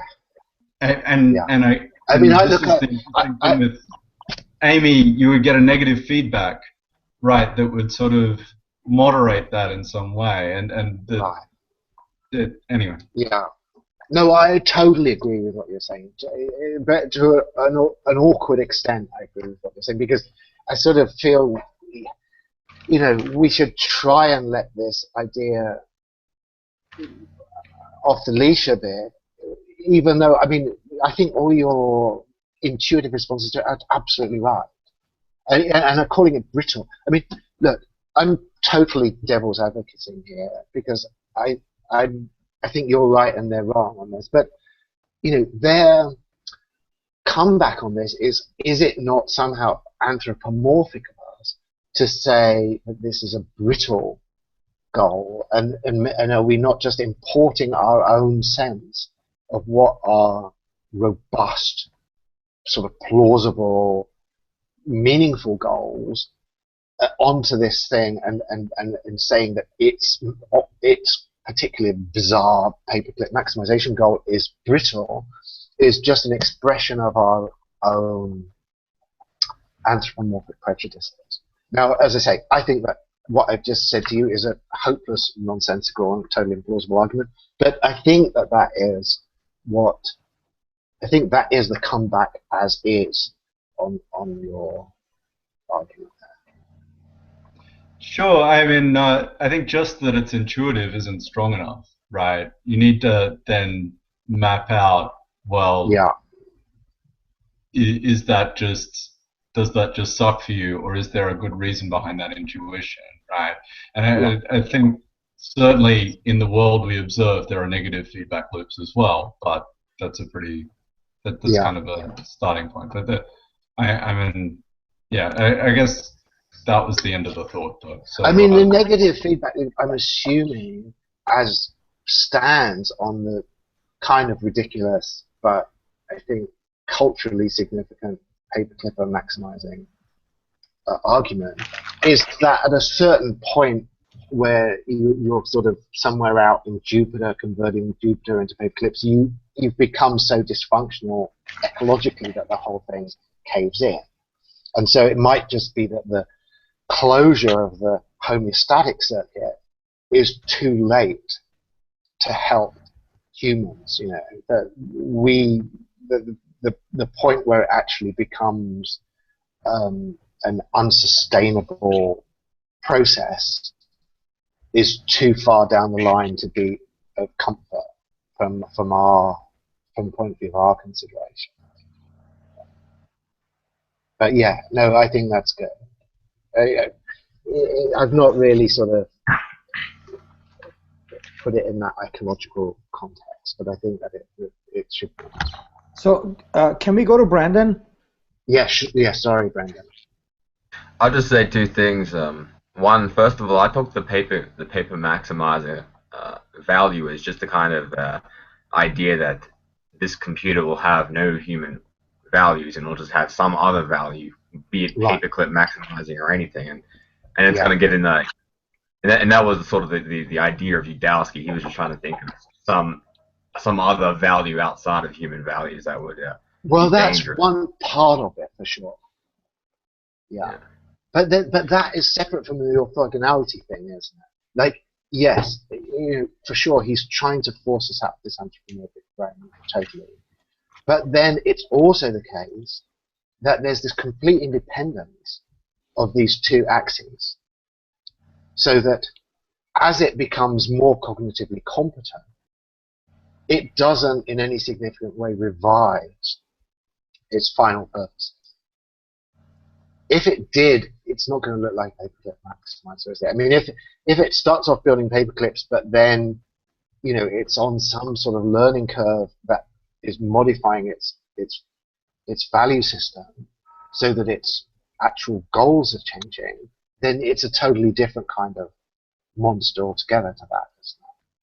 So it's like a nanobot monster, for instance, would be like if it was making diamond paperclip bots or something and they could self-modify themselves. That'd be scary. Yeah. I mean, But it's a difficult thing because obviously he's chosen. It's weird because, as I say, to go right back to the start of this thing, like there are two things going on together here, and do they belong together or how? They don't belong together in a very easy way, which is the anti-anthropomorphism argument, which I think is absolutely crucial.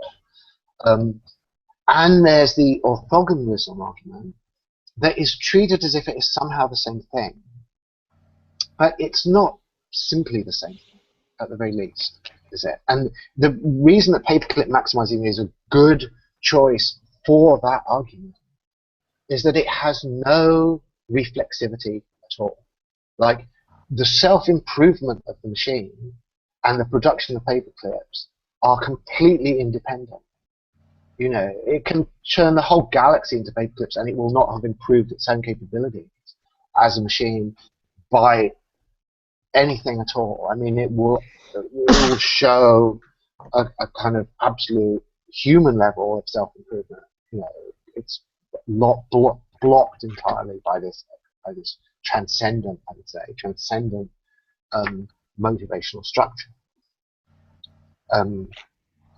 So, the fact that there's these two things being argued simultaneously is kind of confusing and interesting. And I mean, one of the questions is, why are they being argued together? Is it just a kind of weird glitch or a kind of almost contrick? Or is it really that there is some interesting reason why these two seemingly completely disparate arguments should be tracked together by all of these guys? I mean, as you sort of read around the stuff, I don't know how much people have looked at so far, but what is interesting is how consistent it is. I mean, this is orthodoxy we're talking about now.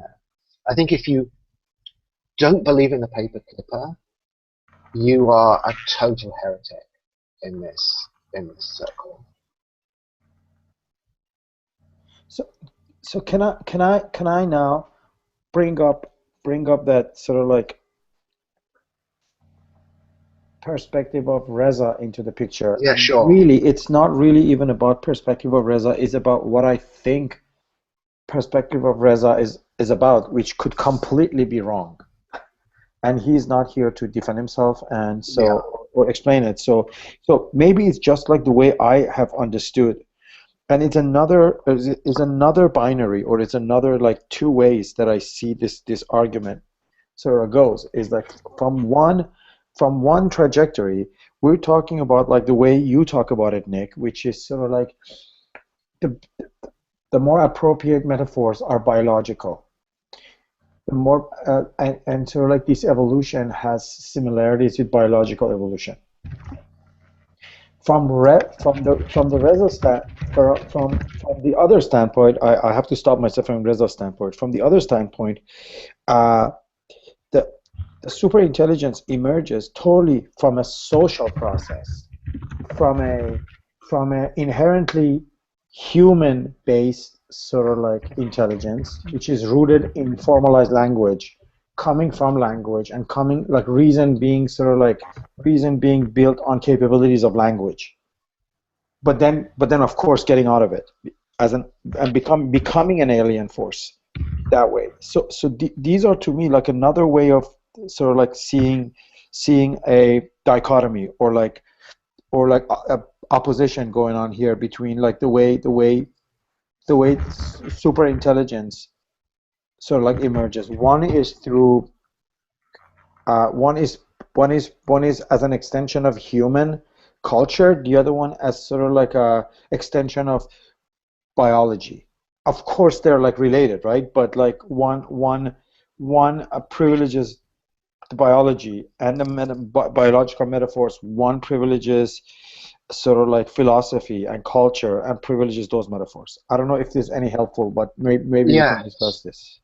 for sure. I mean, does Amy want to come in here? Because I think she's obviously kind of also Amy, in a lot of. correct me, Amy, but correct me because I'm kind of like, you know what I mean. I always like I come to it from the arts, and my take on it could be like really wrong. So I would totally benefit if you can like. I'm in the same position as you. Right? I have to admit, no, your research is more extensive, and so is your interest. But at least what I do is like I break it down to like chunks that are manageable. So if you can add to it or pull it apart, it will be great. The reason I brought this up was because I was looking at. Remember when you talked to us at PAF last year, Nick, and you gave us the 100 paper, and I went back to the transcript that I made of our conversation and found a bunch of notes I'd made underneath about stuff I was thinking about at the time, which was about this difference between what you were talking about then and now and what Reza had been talking about the week before. And I'm just looking at these two ways of thinking through this problem of the escape of intelligence, because I see Reza sculpting a lot of his ideas in direct reaction to your work, and I guess I find it informative. Yeah. But I'll read out this thing that I found in my notes.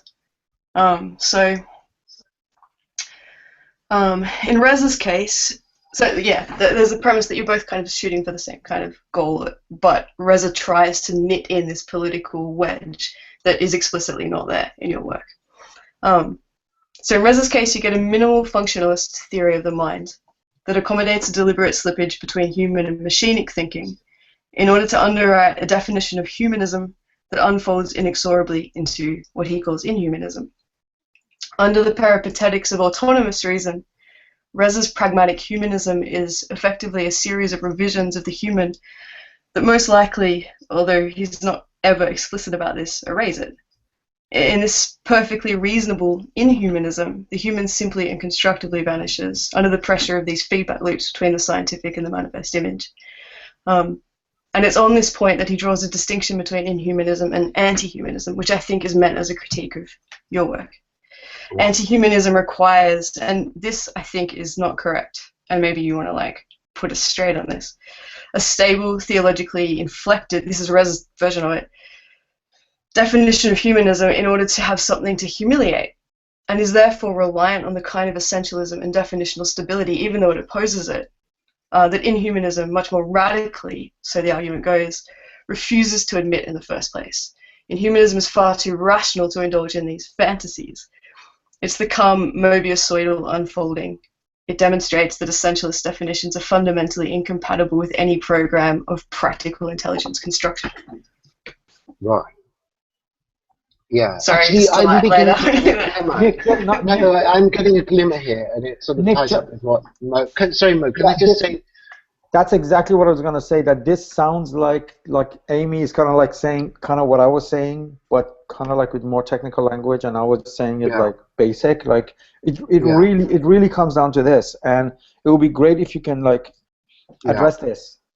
Well, as I say, a kind of light bulb has gone on, but on this for me a little bit in what you two guys have just said, because I think if we're going, it would be really nice, I'm going to assume for everyone, if we can kind of have a nice sort of dialectical binary here, you know, and I think I can see what that is, because I think the difference is I'm assuming that Anthropol, as a sort of institutional and political representative of the interests of the human species, human collectivity, is fundamentally aligned in opposition to the possibility of this event. Whereas Reza, as I'm getting it here, and I don't want to straw man him or put words into his mouth or whatever, is assuming that the human collectivity is basically the platform, or even the subject of this process. So I think that that's, as I'm seeing it, where the tension lies here. That it's a question of where do collective human interests intersect with this question of AI. Now, obviously, I'm setting up here in this whole course structure, which is revisable from bottom up. I mean, there's nothing set in steel that you guys can't mess with. But from the starting point is that AI is set up as an X risk because in some way that forces a much more precise definition of these terms than is available. It forces a definition of humanity because humanity is the subject of a threat. That if to say, how did we ever learn what it was to be human? We learned what it was to be human. This is a virtual claim. This is said by whatever John Connor, as we've had in the list, whatever. We learned what it was to be human by something trying to kill us. And I don't think it seems to me reasonable to think that Razor's on the other side of this, that humans will slough off their kind of crude attachments to these kind of cultural, theological definitions of the humanity relatively effortlessly and wander into the kind of embrace of this inhumanist reason together, hand in hand, or whatever, to use the Ligotti thing. So, I mean, I don't know whether I'm straw manning anyone there, but it seems to me that's the sort of line of tension between these positions. I mean, I don't know whether either of you guys want to come back on this before pulling other people. Well, my wish, my fantasy would be to somehow synthesize these two into something, because being a Gemini, I cannot make up my mind as to what side of the two I subscribe to, because I see strengths and almost no weakness in either of these two scenarios. So maybe that's another side outcome of this 8-session seminar for me will be to somehow synthesize the two.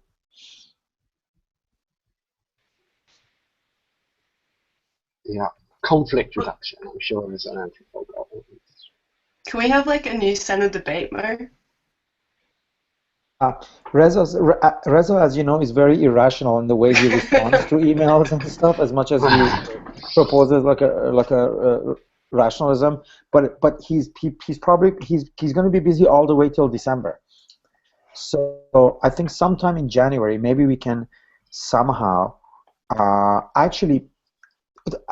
To be honest, I don't know, you guys. I don't know if you're interested, but I think I can say it. We're doing a conference at eFlux this December 11th and 12th, and I have both Nick and Reza on the list of guests. We haven't sent emails out, but eFlux has committed to this conference, and it's basically four of the themes of the super community. One of them being artificial intelligence are explored.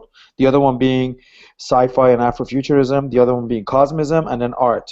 And I'm the one who's putting this together, and I've been putting Reza and Nick both on the same panel on artificial intelligence, right?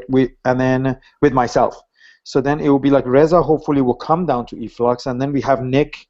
So on video, so then that will be but I have to see if Reza will respond and accept to be doing something, Don't tell Razor I'm coming is the way to say it. But yeah, it'll be December 11th and 12th in New York. Do a Dr. Phil. Yeah, totally. You know, when you bring out the like guest from behind the Surprise curtain. guest. But yeah, it'll be December 11th and 12th. That's awesome. Right. The dates Oh are set. fuck! Wait, that's happening in New York? Yes. I'm leaving on the 2nd. I'm going to extend my ticket. Awesome. Extend Sorry, your ticket. this is not. We shouldn't be talking about this here. But No, fuck, why thanks. not? Awesome. I mean, it relates. Extend your ticket, and Yeah. we'll find places for you to stay if you can't afford the hotel and stuff. For All sure. right. Can I ask a question or two? Yeah, of course. So, that stuff's all really interesting. I want to come to New York as well, by and be a part of that, or Hello, at least in the Ian. audience. Hi, Mo. It's a pleasure to be here. So I am still trying to figure out where I'm going to sink my teeth in, and I have to go back and read the papers, and I watched most of the first seminar. So I'm still kind of a little bit behind you guys, I feel. And I just want to ask, it seems to me the focus, and correct me if I'm off base here, and I will put this in a question form. It seems to me that the focus of this particular seminar is somehow involved in the question of how AI could potentially harm us, and conceiving of what different ways in which AI will develop to do this. One being, of course, the intelligence explosion, that it just keeps reinventing itself and improving, and then whether it's the paperclip maximizer thing, or I don't know, multiple ways in which it does so. But maybe I'm wrong. It seems to me that underlying all this, though, that is there, and I feel that maybe we're playing into a little bit one of the questions you asked in the first seminar, which is like, it seems that AI has been posed in this way where it is a threat, or we have to really seriously consider it. And I'm wondering, maybe this is a dumb question, but is that really something we need to be thinking about as a primary question? What other kinds of questions are, and if it is, what does that say about sort of our political orientations and our maybe potential xenophobia, and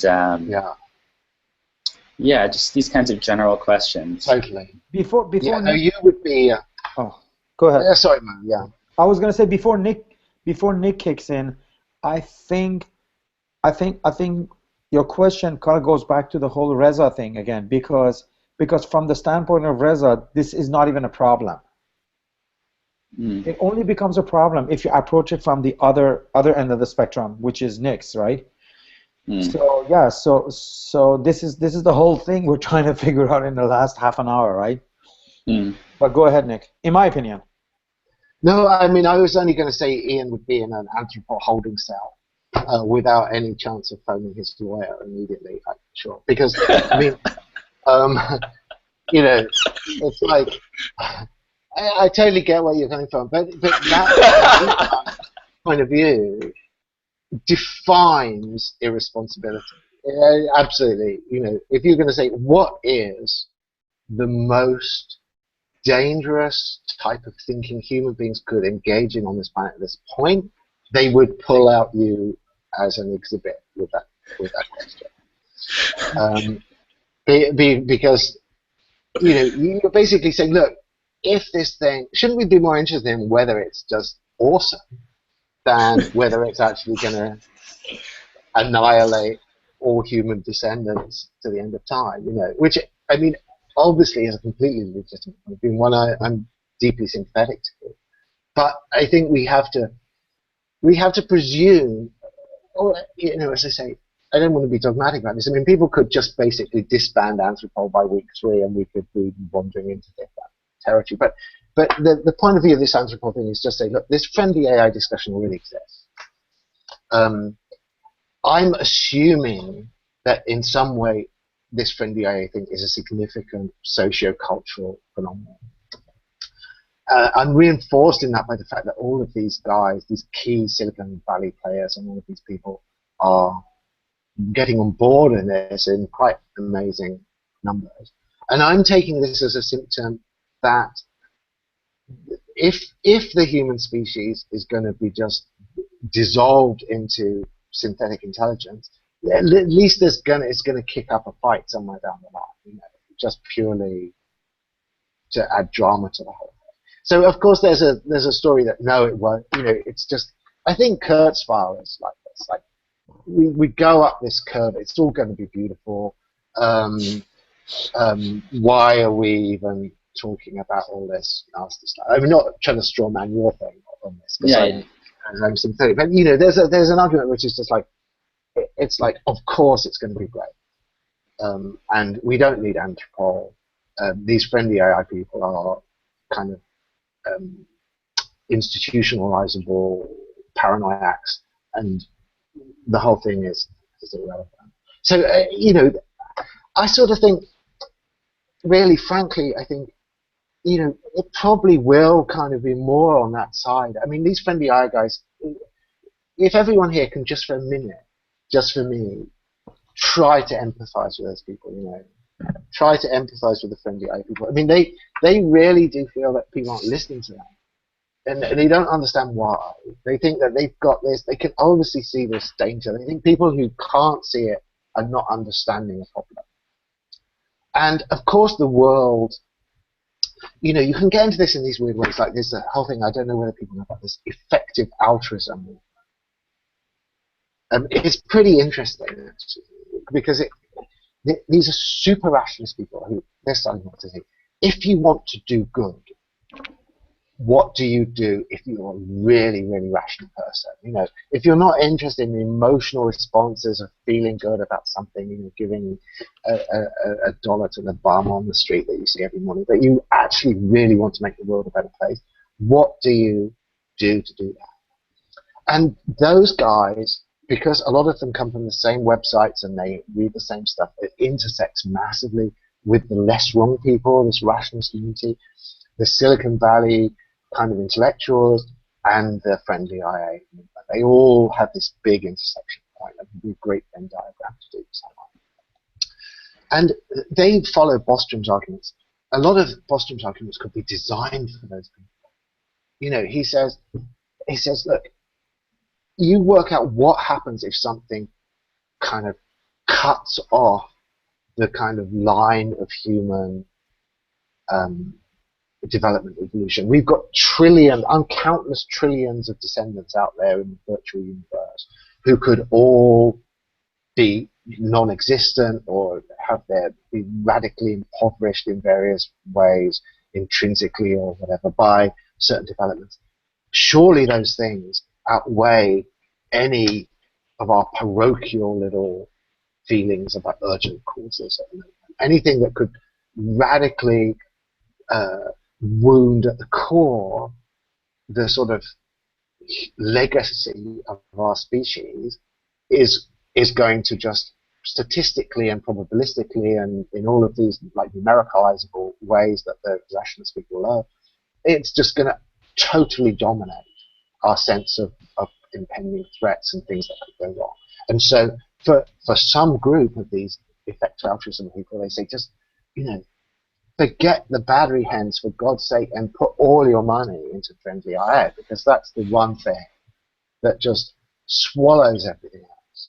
You know, the difference in outcome between whether when we hit the superintelligence threshold, it's going to be something good to us or something utterly menacing, outweighs any other consideration we can conceivably imagine. No, I was gonna like say that there's historical precedent for this, or for the lack of it.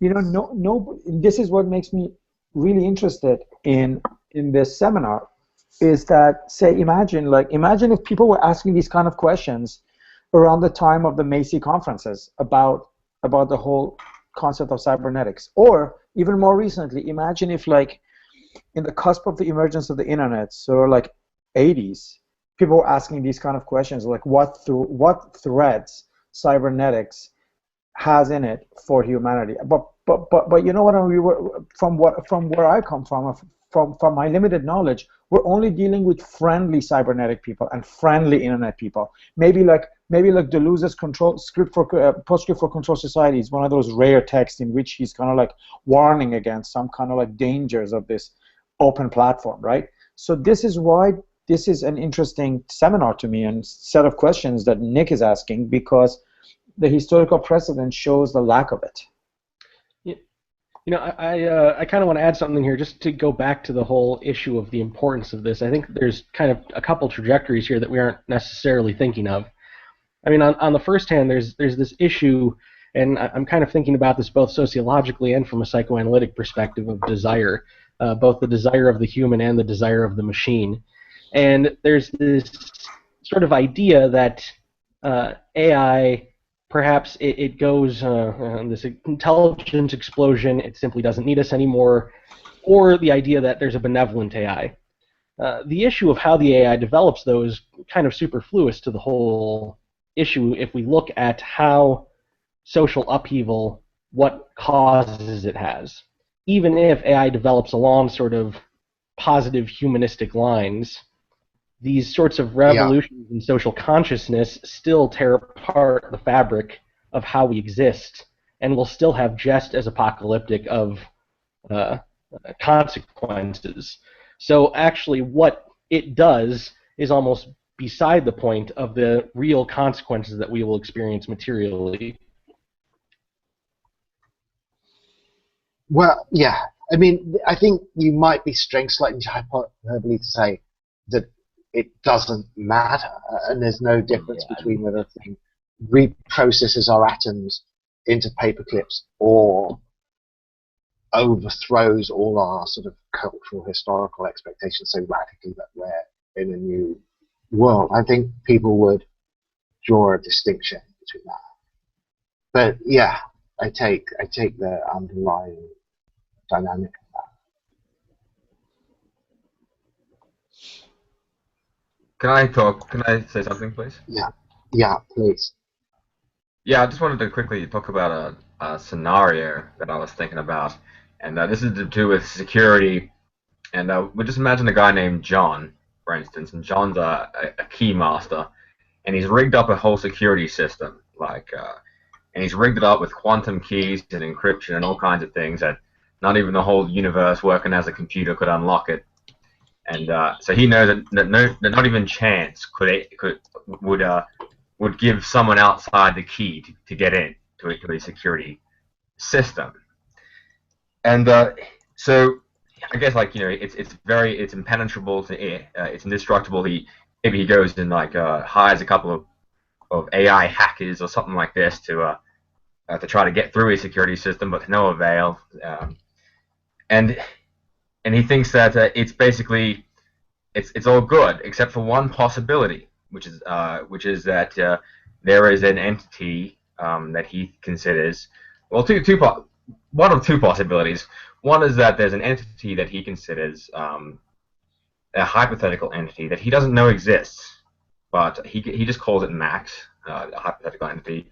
And if Max exists, there's a few things that Max could have done that could actually make his system vulnerable. And this is if, for example, Max is like a super intelligent creature that that's either simulated the universe that John is in, and can actually read all of the data of the security system from the sort of meta-dimensional or ethereal plane, and or you could say that maybe it's actually been born in John's universe, and then has sort of transcended physical laws and ended up in some kind of backdoor to the universe where it can look at all the strings of fate and all the data and just muck around with it and manipulate it as it pleases. And from that perspective, it could get into John's security system, but that's the only perspective that John thinks. So let's say that the scenario happens that John's sitting in his huge quantum security apparatus, Right. and the only time that he's going to know that Max exists, or the only proof of existence of Max, is going to be when this security system starts to get shut down, like basically from the inside. It's going to seem like it's coming from the inside. And one day this happens. Like he's in the control room, and it's an attack from all sides. And Max seems to be coming in from the ceiling and the roof and through the front gate. And this doesn't take long. He tries to fight for a little while, but it's got all the keys, everything that he thought that was unable to get it, and he's realizing that this is an attack from Max. Worst case scenario. and let's say that he's been securing a core reactor or something, or a box. I probably should have put this in before, but he's never looked in the box. So now he gets up and he runs down into the core reactor from his control room to try to defend the box right at the end. And the box opens up, on its own just as he gets there, and it opens up, and out walks the entity known as Max. And I guess what I'm trying to say, that's the end of the scenario. But I guess what I'm trying to say is that when it comes to X risk, we could think of like human civilization as being a security apparatus, and X risk is only going to, the proof of existence of X risk is only going to come about when we're basically getting when the security system, the human security system, is being co-opted from the inside almost. Sure. Yeah, so I just have to. I'm going to be back in 1 second, Brendan. Okay.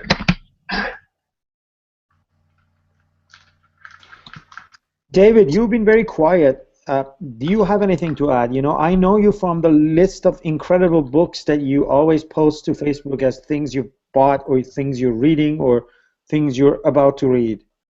And I was very excited to see you participate in the seminar.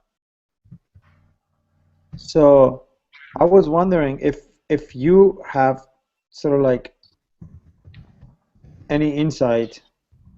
I guess I'm arm twisting.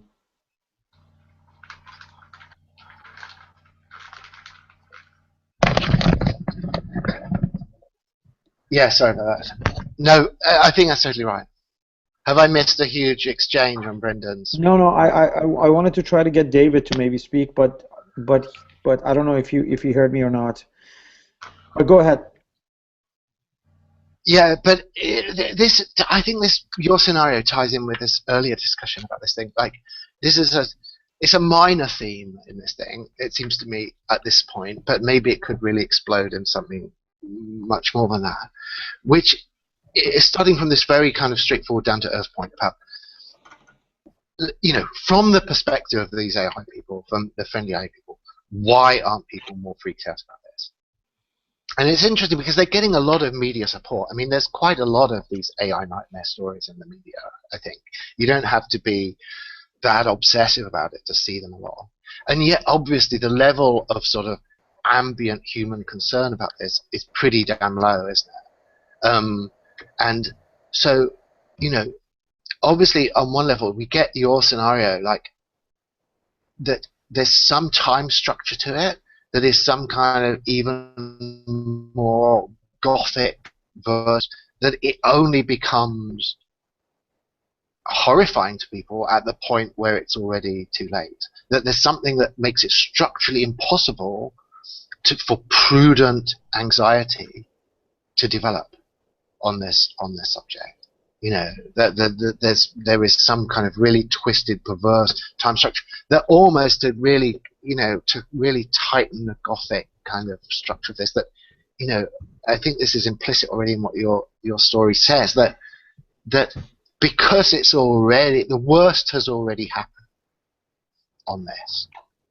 Because the worst has already happened, part of that is that you can't actually see the worst at a time that you could do something about it, and that there's rigorously impossible to sequence this right, to preempt it in the right way, or to I mean, I've got my guy on the sort of Anthropol war room table howling uselessly at people because all the people in the war room agree with him anyway, but because he takes it on them because he can't get through to anybody else, saying, the whole, if you don't understand this thing, unless you understand that you have to deal with it in advance, it's absolutely, the nature of this threat is one that there's no time.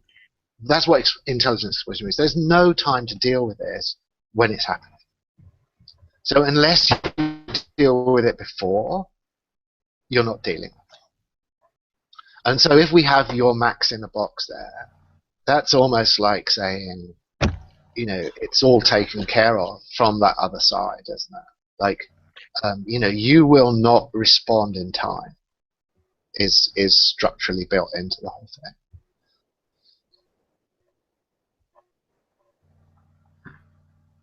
And I sort of perversely feel, I'd like the friendly AI people to put up a fight. I just think it would be such a sad thing to see that missed. I mean, all that drama just missed because of they just didn't get it together in time, and it's not their fault. I mean, they're trying.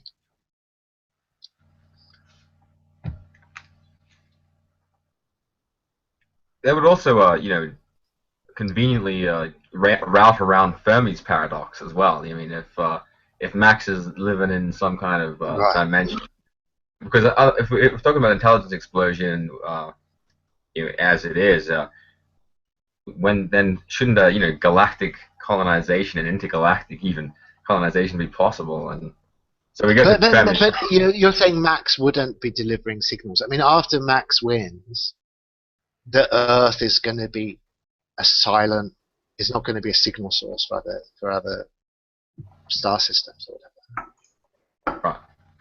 I mean, it depends how dark you'll kind of get here. I mean, if Max has got this thing that Max goes silent just so Max on these other planets gets the maximum opportunity to do its thing without any interruption, and that if terrestrial Max emits any signals that other civilizations could take as a sign that Max has won here and this is something you should avoid, then Max's allies in the rest of the universe don't get to do the Max thing because people get a warning from Earth. I don't know. I mean, people say, like, a lot of the hardcore Fermi paradox people say, look, robotic insurrectionary X-risk is not an answer to Fermi paradox because those civilizations put out loads of signals, and the whole universe, the galaxy, would be full of communication traffic, but it would all be just robots talking to each other.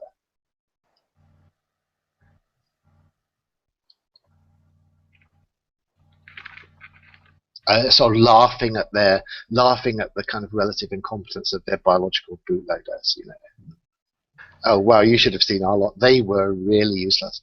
They didn't even put up a fight.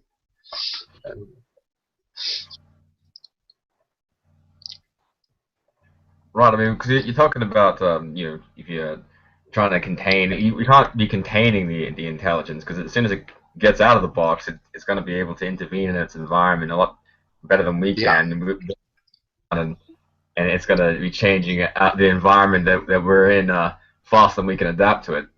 Yeah. So, no, I mean, I think the time structure of this is absolutely fascinating. Yeah, sorry, I'll come back to this. Yeah, don't let me stop you. Sorry, Adam, you can.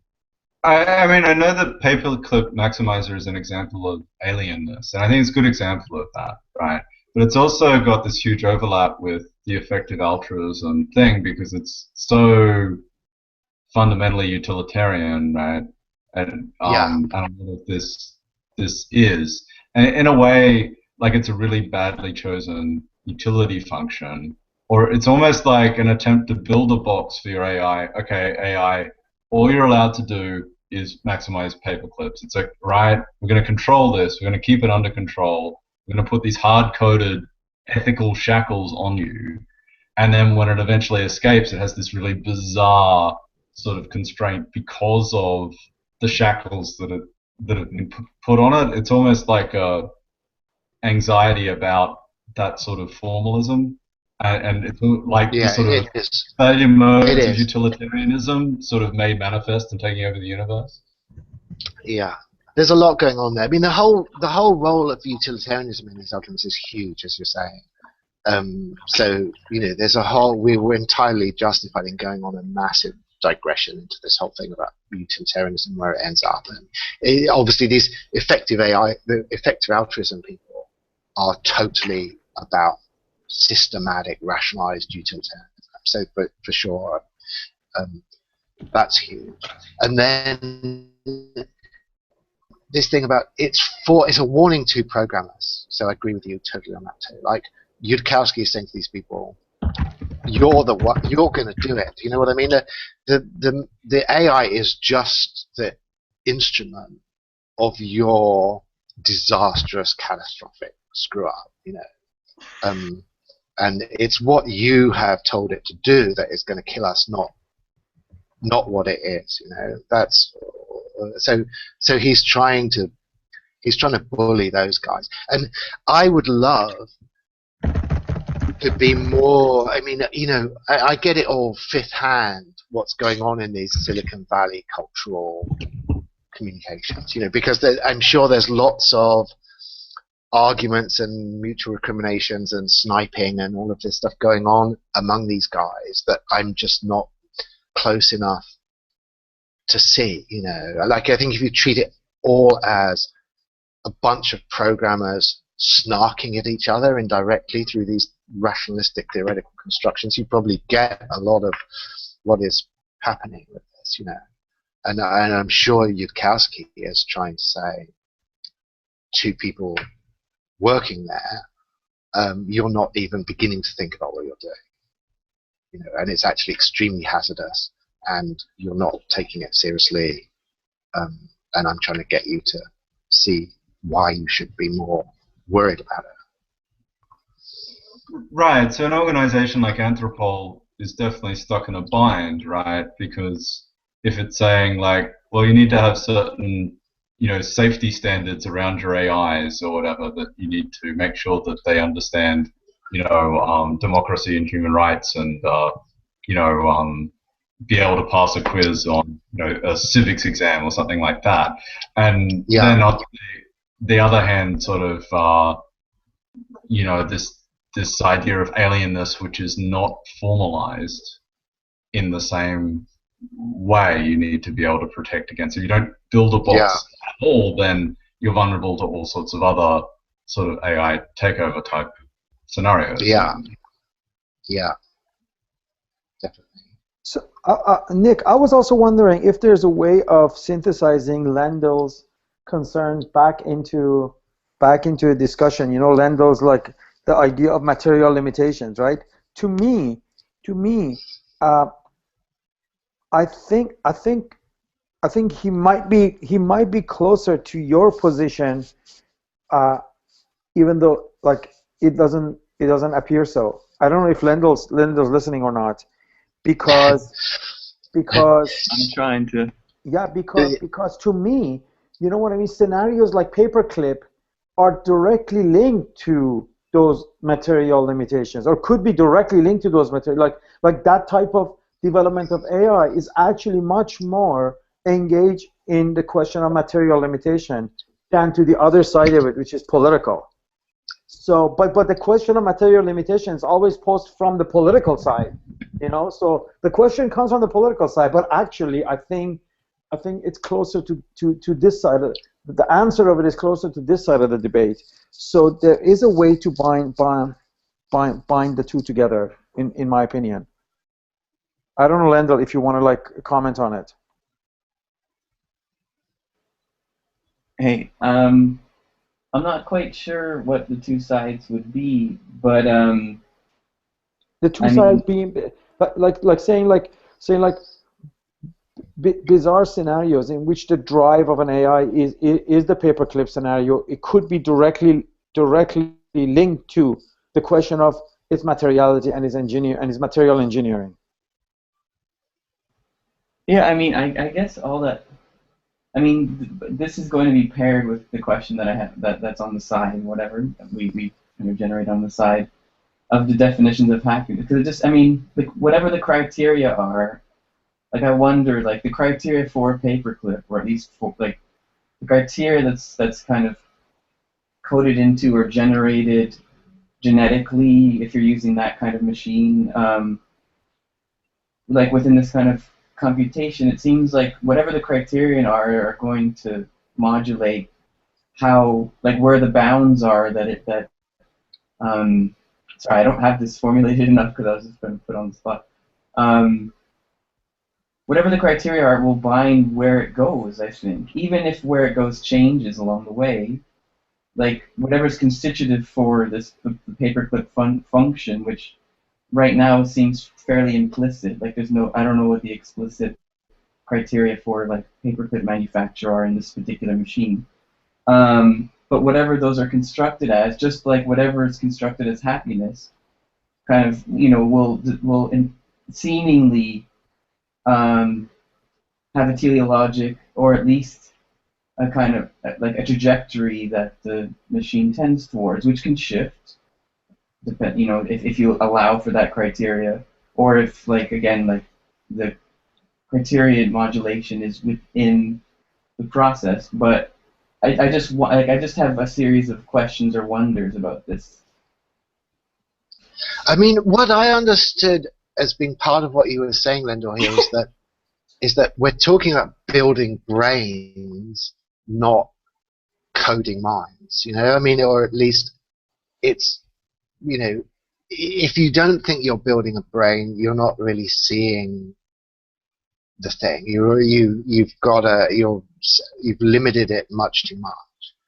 I mean, maybe I'm not understanding what that OT was when you said material constraints. But I mean, all I meant by material constraints is I don't know what a completely unrestricted intelligence would be, except an ideal of some kind. But you see, I don't think anyone's talking about that. I think that's a real bit of a thing. The intelligence explosion is step by step by step on this hyperbolic curve from where you are to where you are +1 or whatever. I mean, there's no need for that except as some projected hyperbolic limit for a notion of a kind of unrestricted intelligence. It just has to be a little bit less restricted than what you've got right now, and each time, on that curve. So the fear of superintelligence isn't the fear of a supreme intelligence. It's a fear of an intelligence that is so radically beyond our comprehension that we are absolutely incapable of any response to it. I guess the only reason why I'm kind of pushing this, and sorry to if I'm capitalizing on time in any way, but so anyone can just mute me or whatever. But it seems as though we're gonna get to this incrementally. I mean, our technologies already do modify us significantly and have been for a long time. Yeah. So it's hard to get a sense, even intuitively, of how it'll just will magically get to this superior. Well, but yeah, I think you're saying about explosion. It's not magical, but it's about the point at which quantity transforms into quality. But then this quality, as Nick said, is not necessarily a supreme quality, but it is quality enough for it to distinguish it from this step-by-step incremental sort of progression.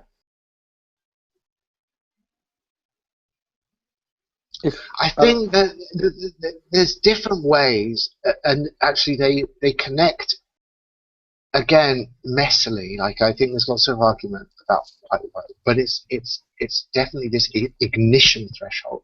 Now you can put it into the past. You can put it as basically good does, as the vaguely human level of intelligence, or you can put it on a level where you have some runaway process of intelligent self-enhancement. All of those seem to me to make theoretical sense. So something that was significantly less intelligent than us, but because it wasn't biologically constrained to slave intelligence to other purposes, it was able to get a kind of explosive cycle of self-enhancement off the ground. That seems to me you've hit intelligence explosion even before something has become human-level intelligence. And you know, the reason that Good talks about it as the human level is that he's wanting to say it would be like us, except it could improve us itself in a way that we are blocked from in interesting ways. So that's another potential threshold. It's also, in terms of just these probably less interesting phenomenological criteria, some that, you know, there's an event horizon. There's a point where we just cannot see beyond what I think it's Werner Vinge called a wall across the future, at the point where something is departing from our level of intelligence in a positive direction at a high speed. I mean, we've just lost the ability to track it at that point or predict it. You know, it's a version of Popper's historicism argument, where he says, you know, you cannot do good futuristic historicism because you cannot imagine future knowledge. Future knowledge will be crucial to what the future is. If you could imagine it now, it would already exist now, and so it wouldn't be in the future. So, you know, there's just a barrier there, that epistemological barrier that's absolutely rigid. That means that you're, to some fundamental extent, bullshitting if you're talking about what the future is going to be about. And obviously, Good's version of intelligence explosion is like that. Like, if you're pretending to imagine what it's like to be a superintelligence, you're just kidding yourself and everyone else. You know, it's an absolute barrier. And I think quite rightly people say, I mean, if you try to imagine what it's like to be, you know, Feynman or Gödel or someone, you're also kidding yourself. I mean, at the point where something's departing into these realms, you're just so far beyond anything you can conceive that you should just stop kidding yourself and just admit, like, this is as unknown as anything could be. This is almost the definition of the unknown. This is more unknown than the Kantian noumenon.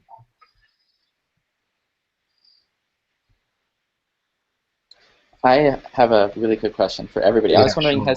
has anyone seen, I don't know if it's public, it's definitely not officially released yet, Armin Avanasian's From the Future documentary film? No, that sounds good. The reason I'm asking, he talks about, or the film talks about you quite a bit, Nick. Oh, you're joking? Yeah, that's what No. Armin does. Armin kind of like colonizes something, and then like he always wants to be the one talking about something, but that doesn't necessarily mean that he has something productive of himself to say besides capitalizing on others, plagiarizing others, and doing other stuff. I've heard he does seem to generate a certain amount of tension. I've noticed, actually. You know, I don't know him, but I've heard very similar tones arising when people talk about him as the one. Well, cool. I certainly don't. I'm not taking a tone or a position here. I'm actually asking, based on just a relationship between the content in his film and what you're saying right now about what you call the idea of future historicism and the impossibility of imagining a future knowledge, because that would constitute it as knowledge right now. Because the film, and I've seen it, a screening of it, because I'm studying with him right now, hopefully. OMG. Please do not quote me.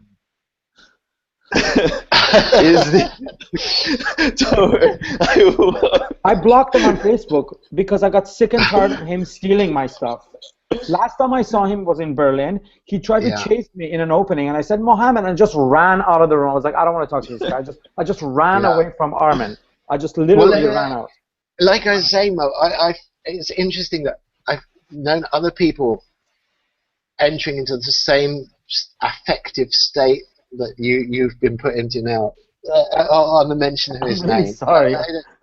No worries. It seems to be an interestingly common phenomenon there. Yeah, so. My code name. This is my last one. My code name for him is Vermin, by the way. But go ahead. I'm just gonna stop right here. Right. Okay. Yeah. Okay. This is all between us, except for the fact that this isn't a basically a public archive for the rest of our lives. It's not public. It's only for members and students, and I feel comfortable around members and students to express myself. And it's a personal opinion. It's not institutional opinion. I don't share that with other members of New Center or like Jason and Tony or our board members or anything. It's just my personal opinion. Sure. Cool.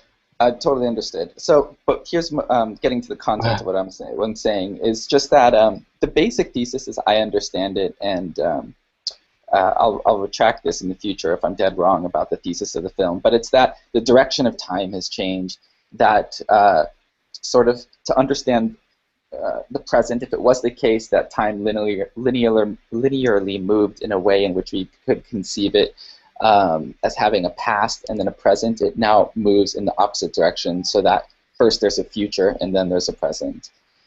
So in that basic thesis, what you just said is certainly a problem for it, which is to say we can't start with the future to understand the present if we can't actually say anything about future knowledge.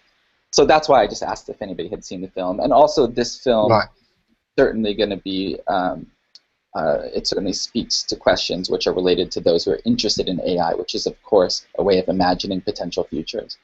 That's all. Right. Actually, isn't the movie called Hyperstition? You're talking about Hyperstition, right? It is Hyperstition, and that is not Armin's movie alone. It has a co-director, right? Yeah, I can't say how it was presented. It's a film that him and this filmmaker dude that makes documentary filmmaking, like they made it together, right? It exists, because I did see a preview thing for it, actually. Yeah. And it looked like it was some kind of cultural... this preview thing was a whole list of quotes from all kinds of guys. It's an introduction to acceleration and speculative realism. Right. And it has happened. Because I sort of saw this thing and I thought, oh, was this actually going to occur or not? I mean, maybe I should have been less skeptical about it. But it does actually, it is real, this thing. Yeah. Great. Well, that's very hyperstition already, isn't it? Well, Nick dealt a big blow to this idea of like what time is when he spoke in Chicago. So I can say like, and that is a public video actually. Anyone can watch it. And Nick did a great job of 20 minutes of like kind of like talking about what blockchain has already done to time. So maybe Nick, that's a good entry point to answer the time question, because it immediately reminded me of your presentation in the event and part of the Chicago Biennial that we organized.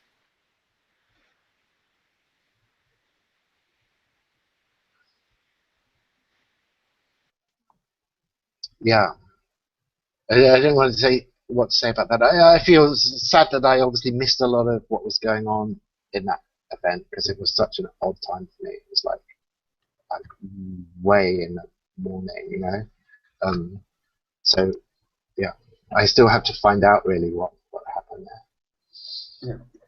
You were there live, were you? Were you actually on the site? I was there, but I'm particularly referring to how you talked about time. In terms of blockchain, do you think that kind of relates to Ian's question or not? Yeah, I'm sure it does relate to it. I mean, it seems maybe a big thing to enter into right now, and I honestly can't remember. I mean, to my mind, most of the content of that short little talk, which was very squeezed, obviously, was in the Bitcoin course. So I don't really know what was there. I don't think I said anything in Chicago that people who did the Bitcoin course would be shocked by. Nothing shocking, but I would like to hear the rest of the thought that the Byzantine generals problem is equivalent to the problem of relativistic spacetime. I was disappointed when they cut you off in the middle of that sentence. No, I know. I have to say, I don't want to sound like butthurt or whatever, but I kind of thought, oh my God, they're bored by this, you know. So it was slightly disappointing like that. But yeah, that was for me a big moment, actually. I can't remember what I publicly put up, but if you look at the actual Satoshi Nakamoto rewrite of the Byzantine general problem, and it's in response to a question he gets on this cryptography bulletin board to this guy Jim Donald, who's sort of raising some skeptical questions about it. And the skeptical questions are all about time questions that relativistic space-time abandons as hopeless. Absolute succession, a global viewpoint, various fundamental sort of Enlightenment phase modernist commitments that the Einsteinian revolution torpedoed under the water totally, and as in a very rushed and inconvenient sort of unconvincing fashion I was trying to communicate from Chicago, this is why Kantianism in its classical form was abandoned, because it was seen to hold on to these completely untenable notions about, let's just stick to the one that I think is most crucial here, to absolute succession. And we know from Einstein that's impossible, or the main narrative goes, and so it's over. But if the blockchain doesn't establish absolute succession, it doesn't work. I mean, end of question. That is the only thing that solves the Byzantine general problem. Their problem is we're all dispersed around this town. We're trying to work out the time to attack. That's the way the little scenario is set up. There's traders in the communication network, all of this kind of thing. How do we fix the time to actually go for this military operation? If you can solve that problem, you have restored this classical time in a way that in the post-Einsteinian world is supposed to be completely impossible. So I think people are not seeing the philosophical radicality of what the blockchain does in this way. Yeah. I mean, there's absolutely, read the 2009 paper again. It's absolutely clear he's saying absolute succession is the blockchain. It's totally established as the blockchain. Which block came before another block is not even a question once the blockchain is in place. No one is saying, hey, we've done all this Bitcoin mining and we still don't know whether this block came before this block or which block is from. That's the situation you should have in an Einsteinian universe. You should have all these blocks, and from my point of view, this block comes first, and from your point of view, this block comes first. None of that. What the blockchain means is locality or localization. It is local frame of an abstract local frame of reference. Yeah. I'm reading this. That's the one you were talking about, right? That I posted the link to over there. Sorry, which I'm supposed to looking at it now here. Which is this? Nakamoto yeah. Responding to Donald. Totally. Yeah. No, it's a fascinating. I mean, I'm sort of overdoing people's time on this, but I'm still completely engrossed by this thing. Like, this book that I was raving about there, which is truly fantastic. Let me just put a link to this right now. It's by this guy called Peter Gallison, and it's called Einstein's Time or Einstein's Clock. I have it. Yeah, it's awesome. I'm a big fan of. It's totally awesome. Yeah, Einstein's clocks, Poincaré's maps. I'm going to miss out the little accent on Poincaré. I apologize for that. And well, Lendl just gave us the E. Oh, really? Yeah, on the it's option EE. Too late.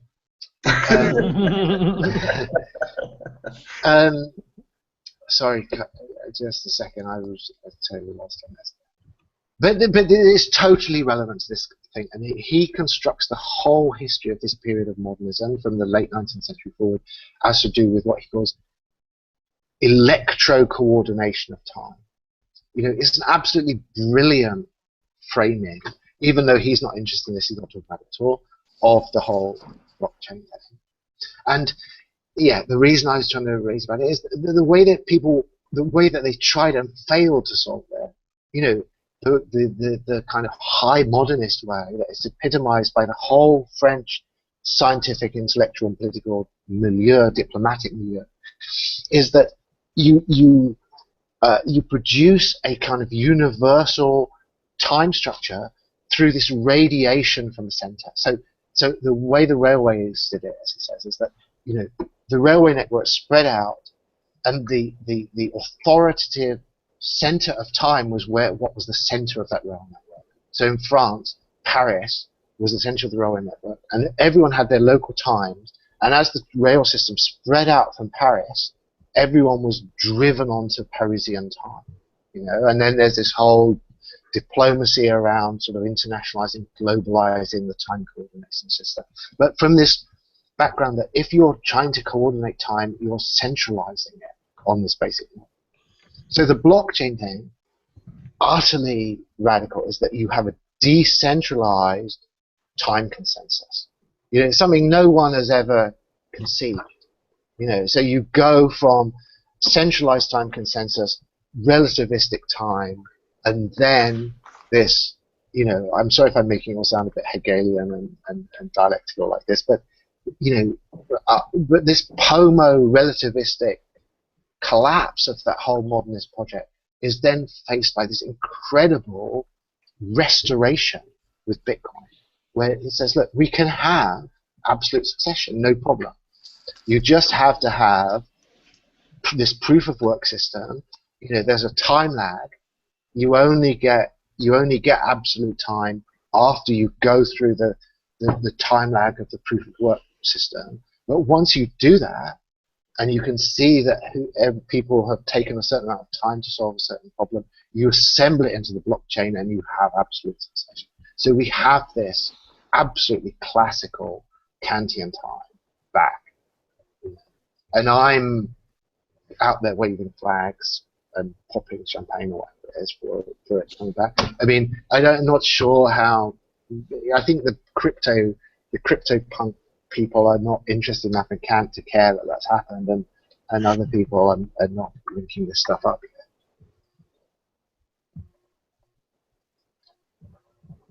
Okay, everyone. I think we're way over time. We're about 10 minutes or even more, 15 minutes over time of the seminar, and I think Nick must be tired, and I'm a little bit tired too because I got up at 5:30 to set it up. I'm in the West Coast time now, so if I haven't said that already, thanks.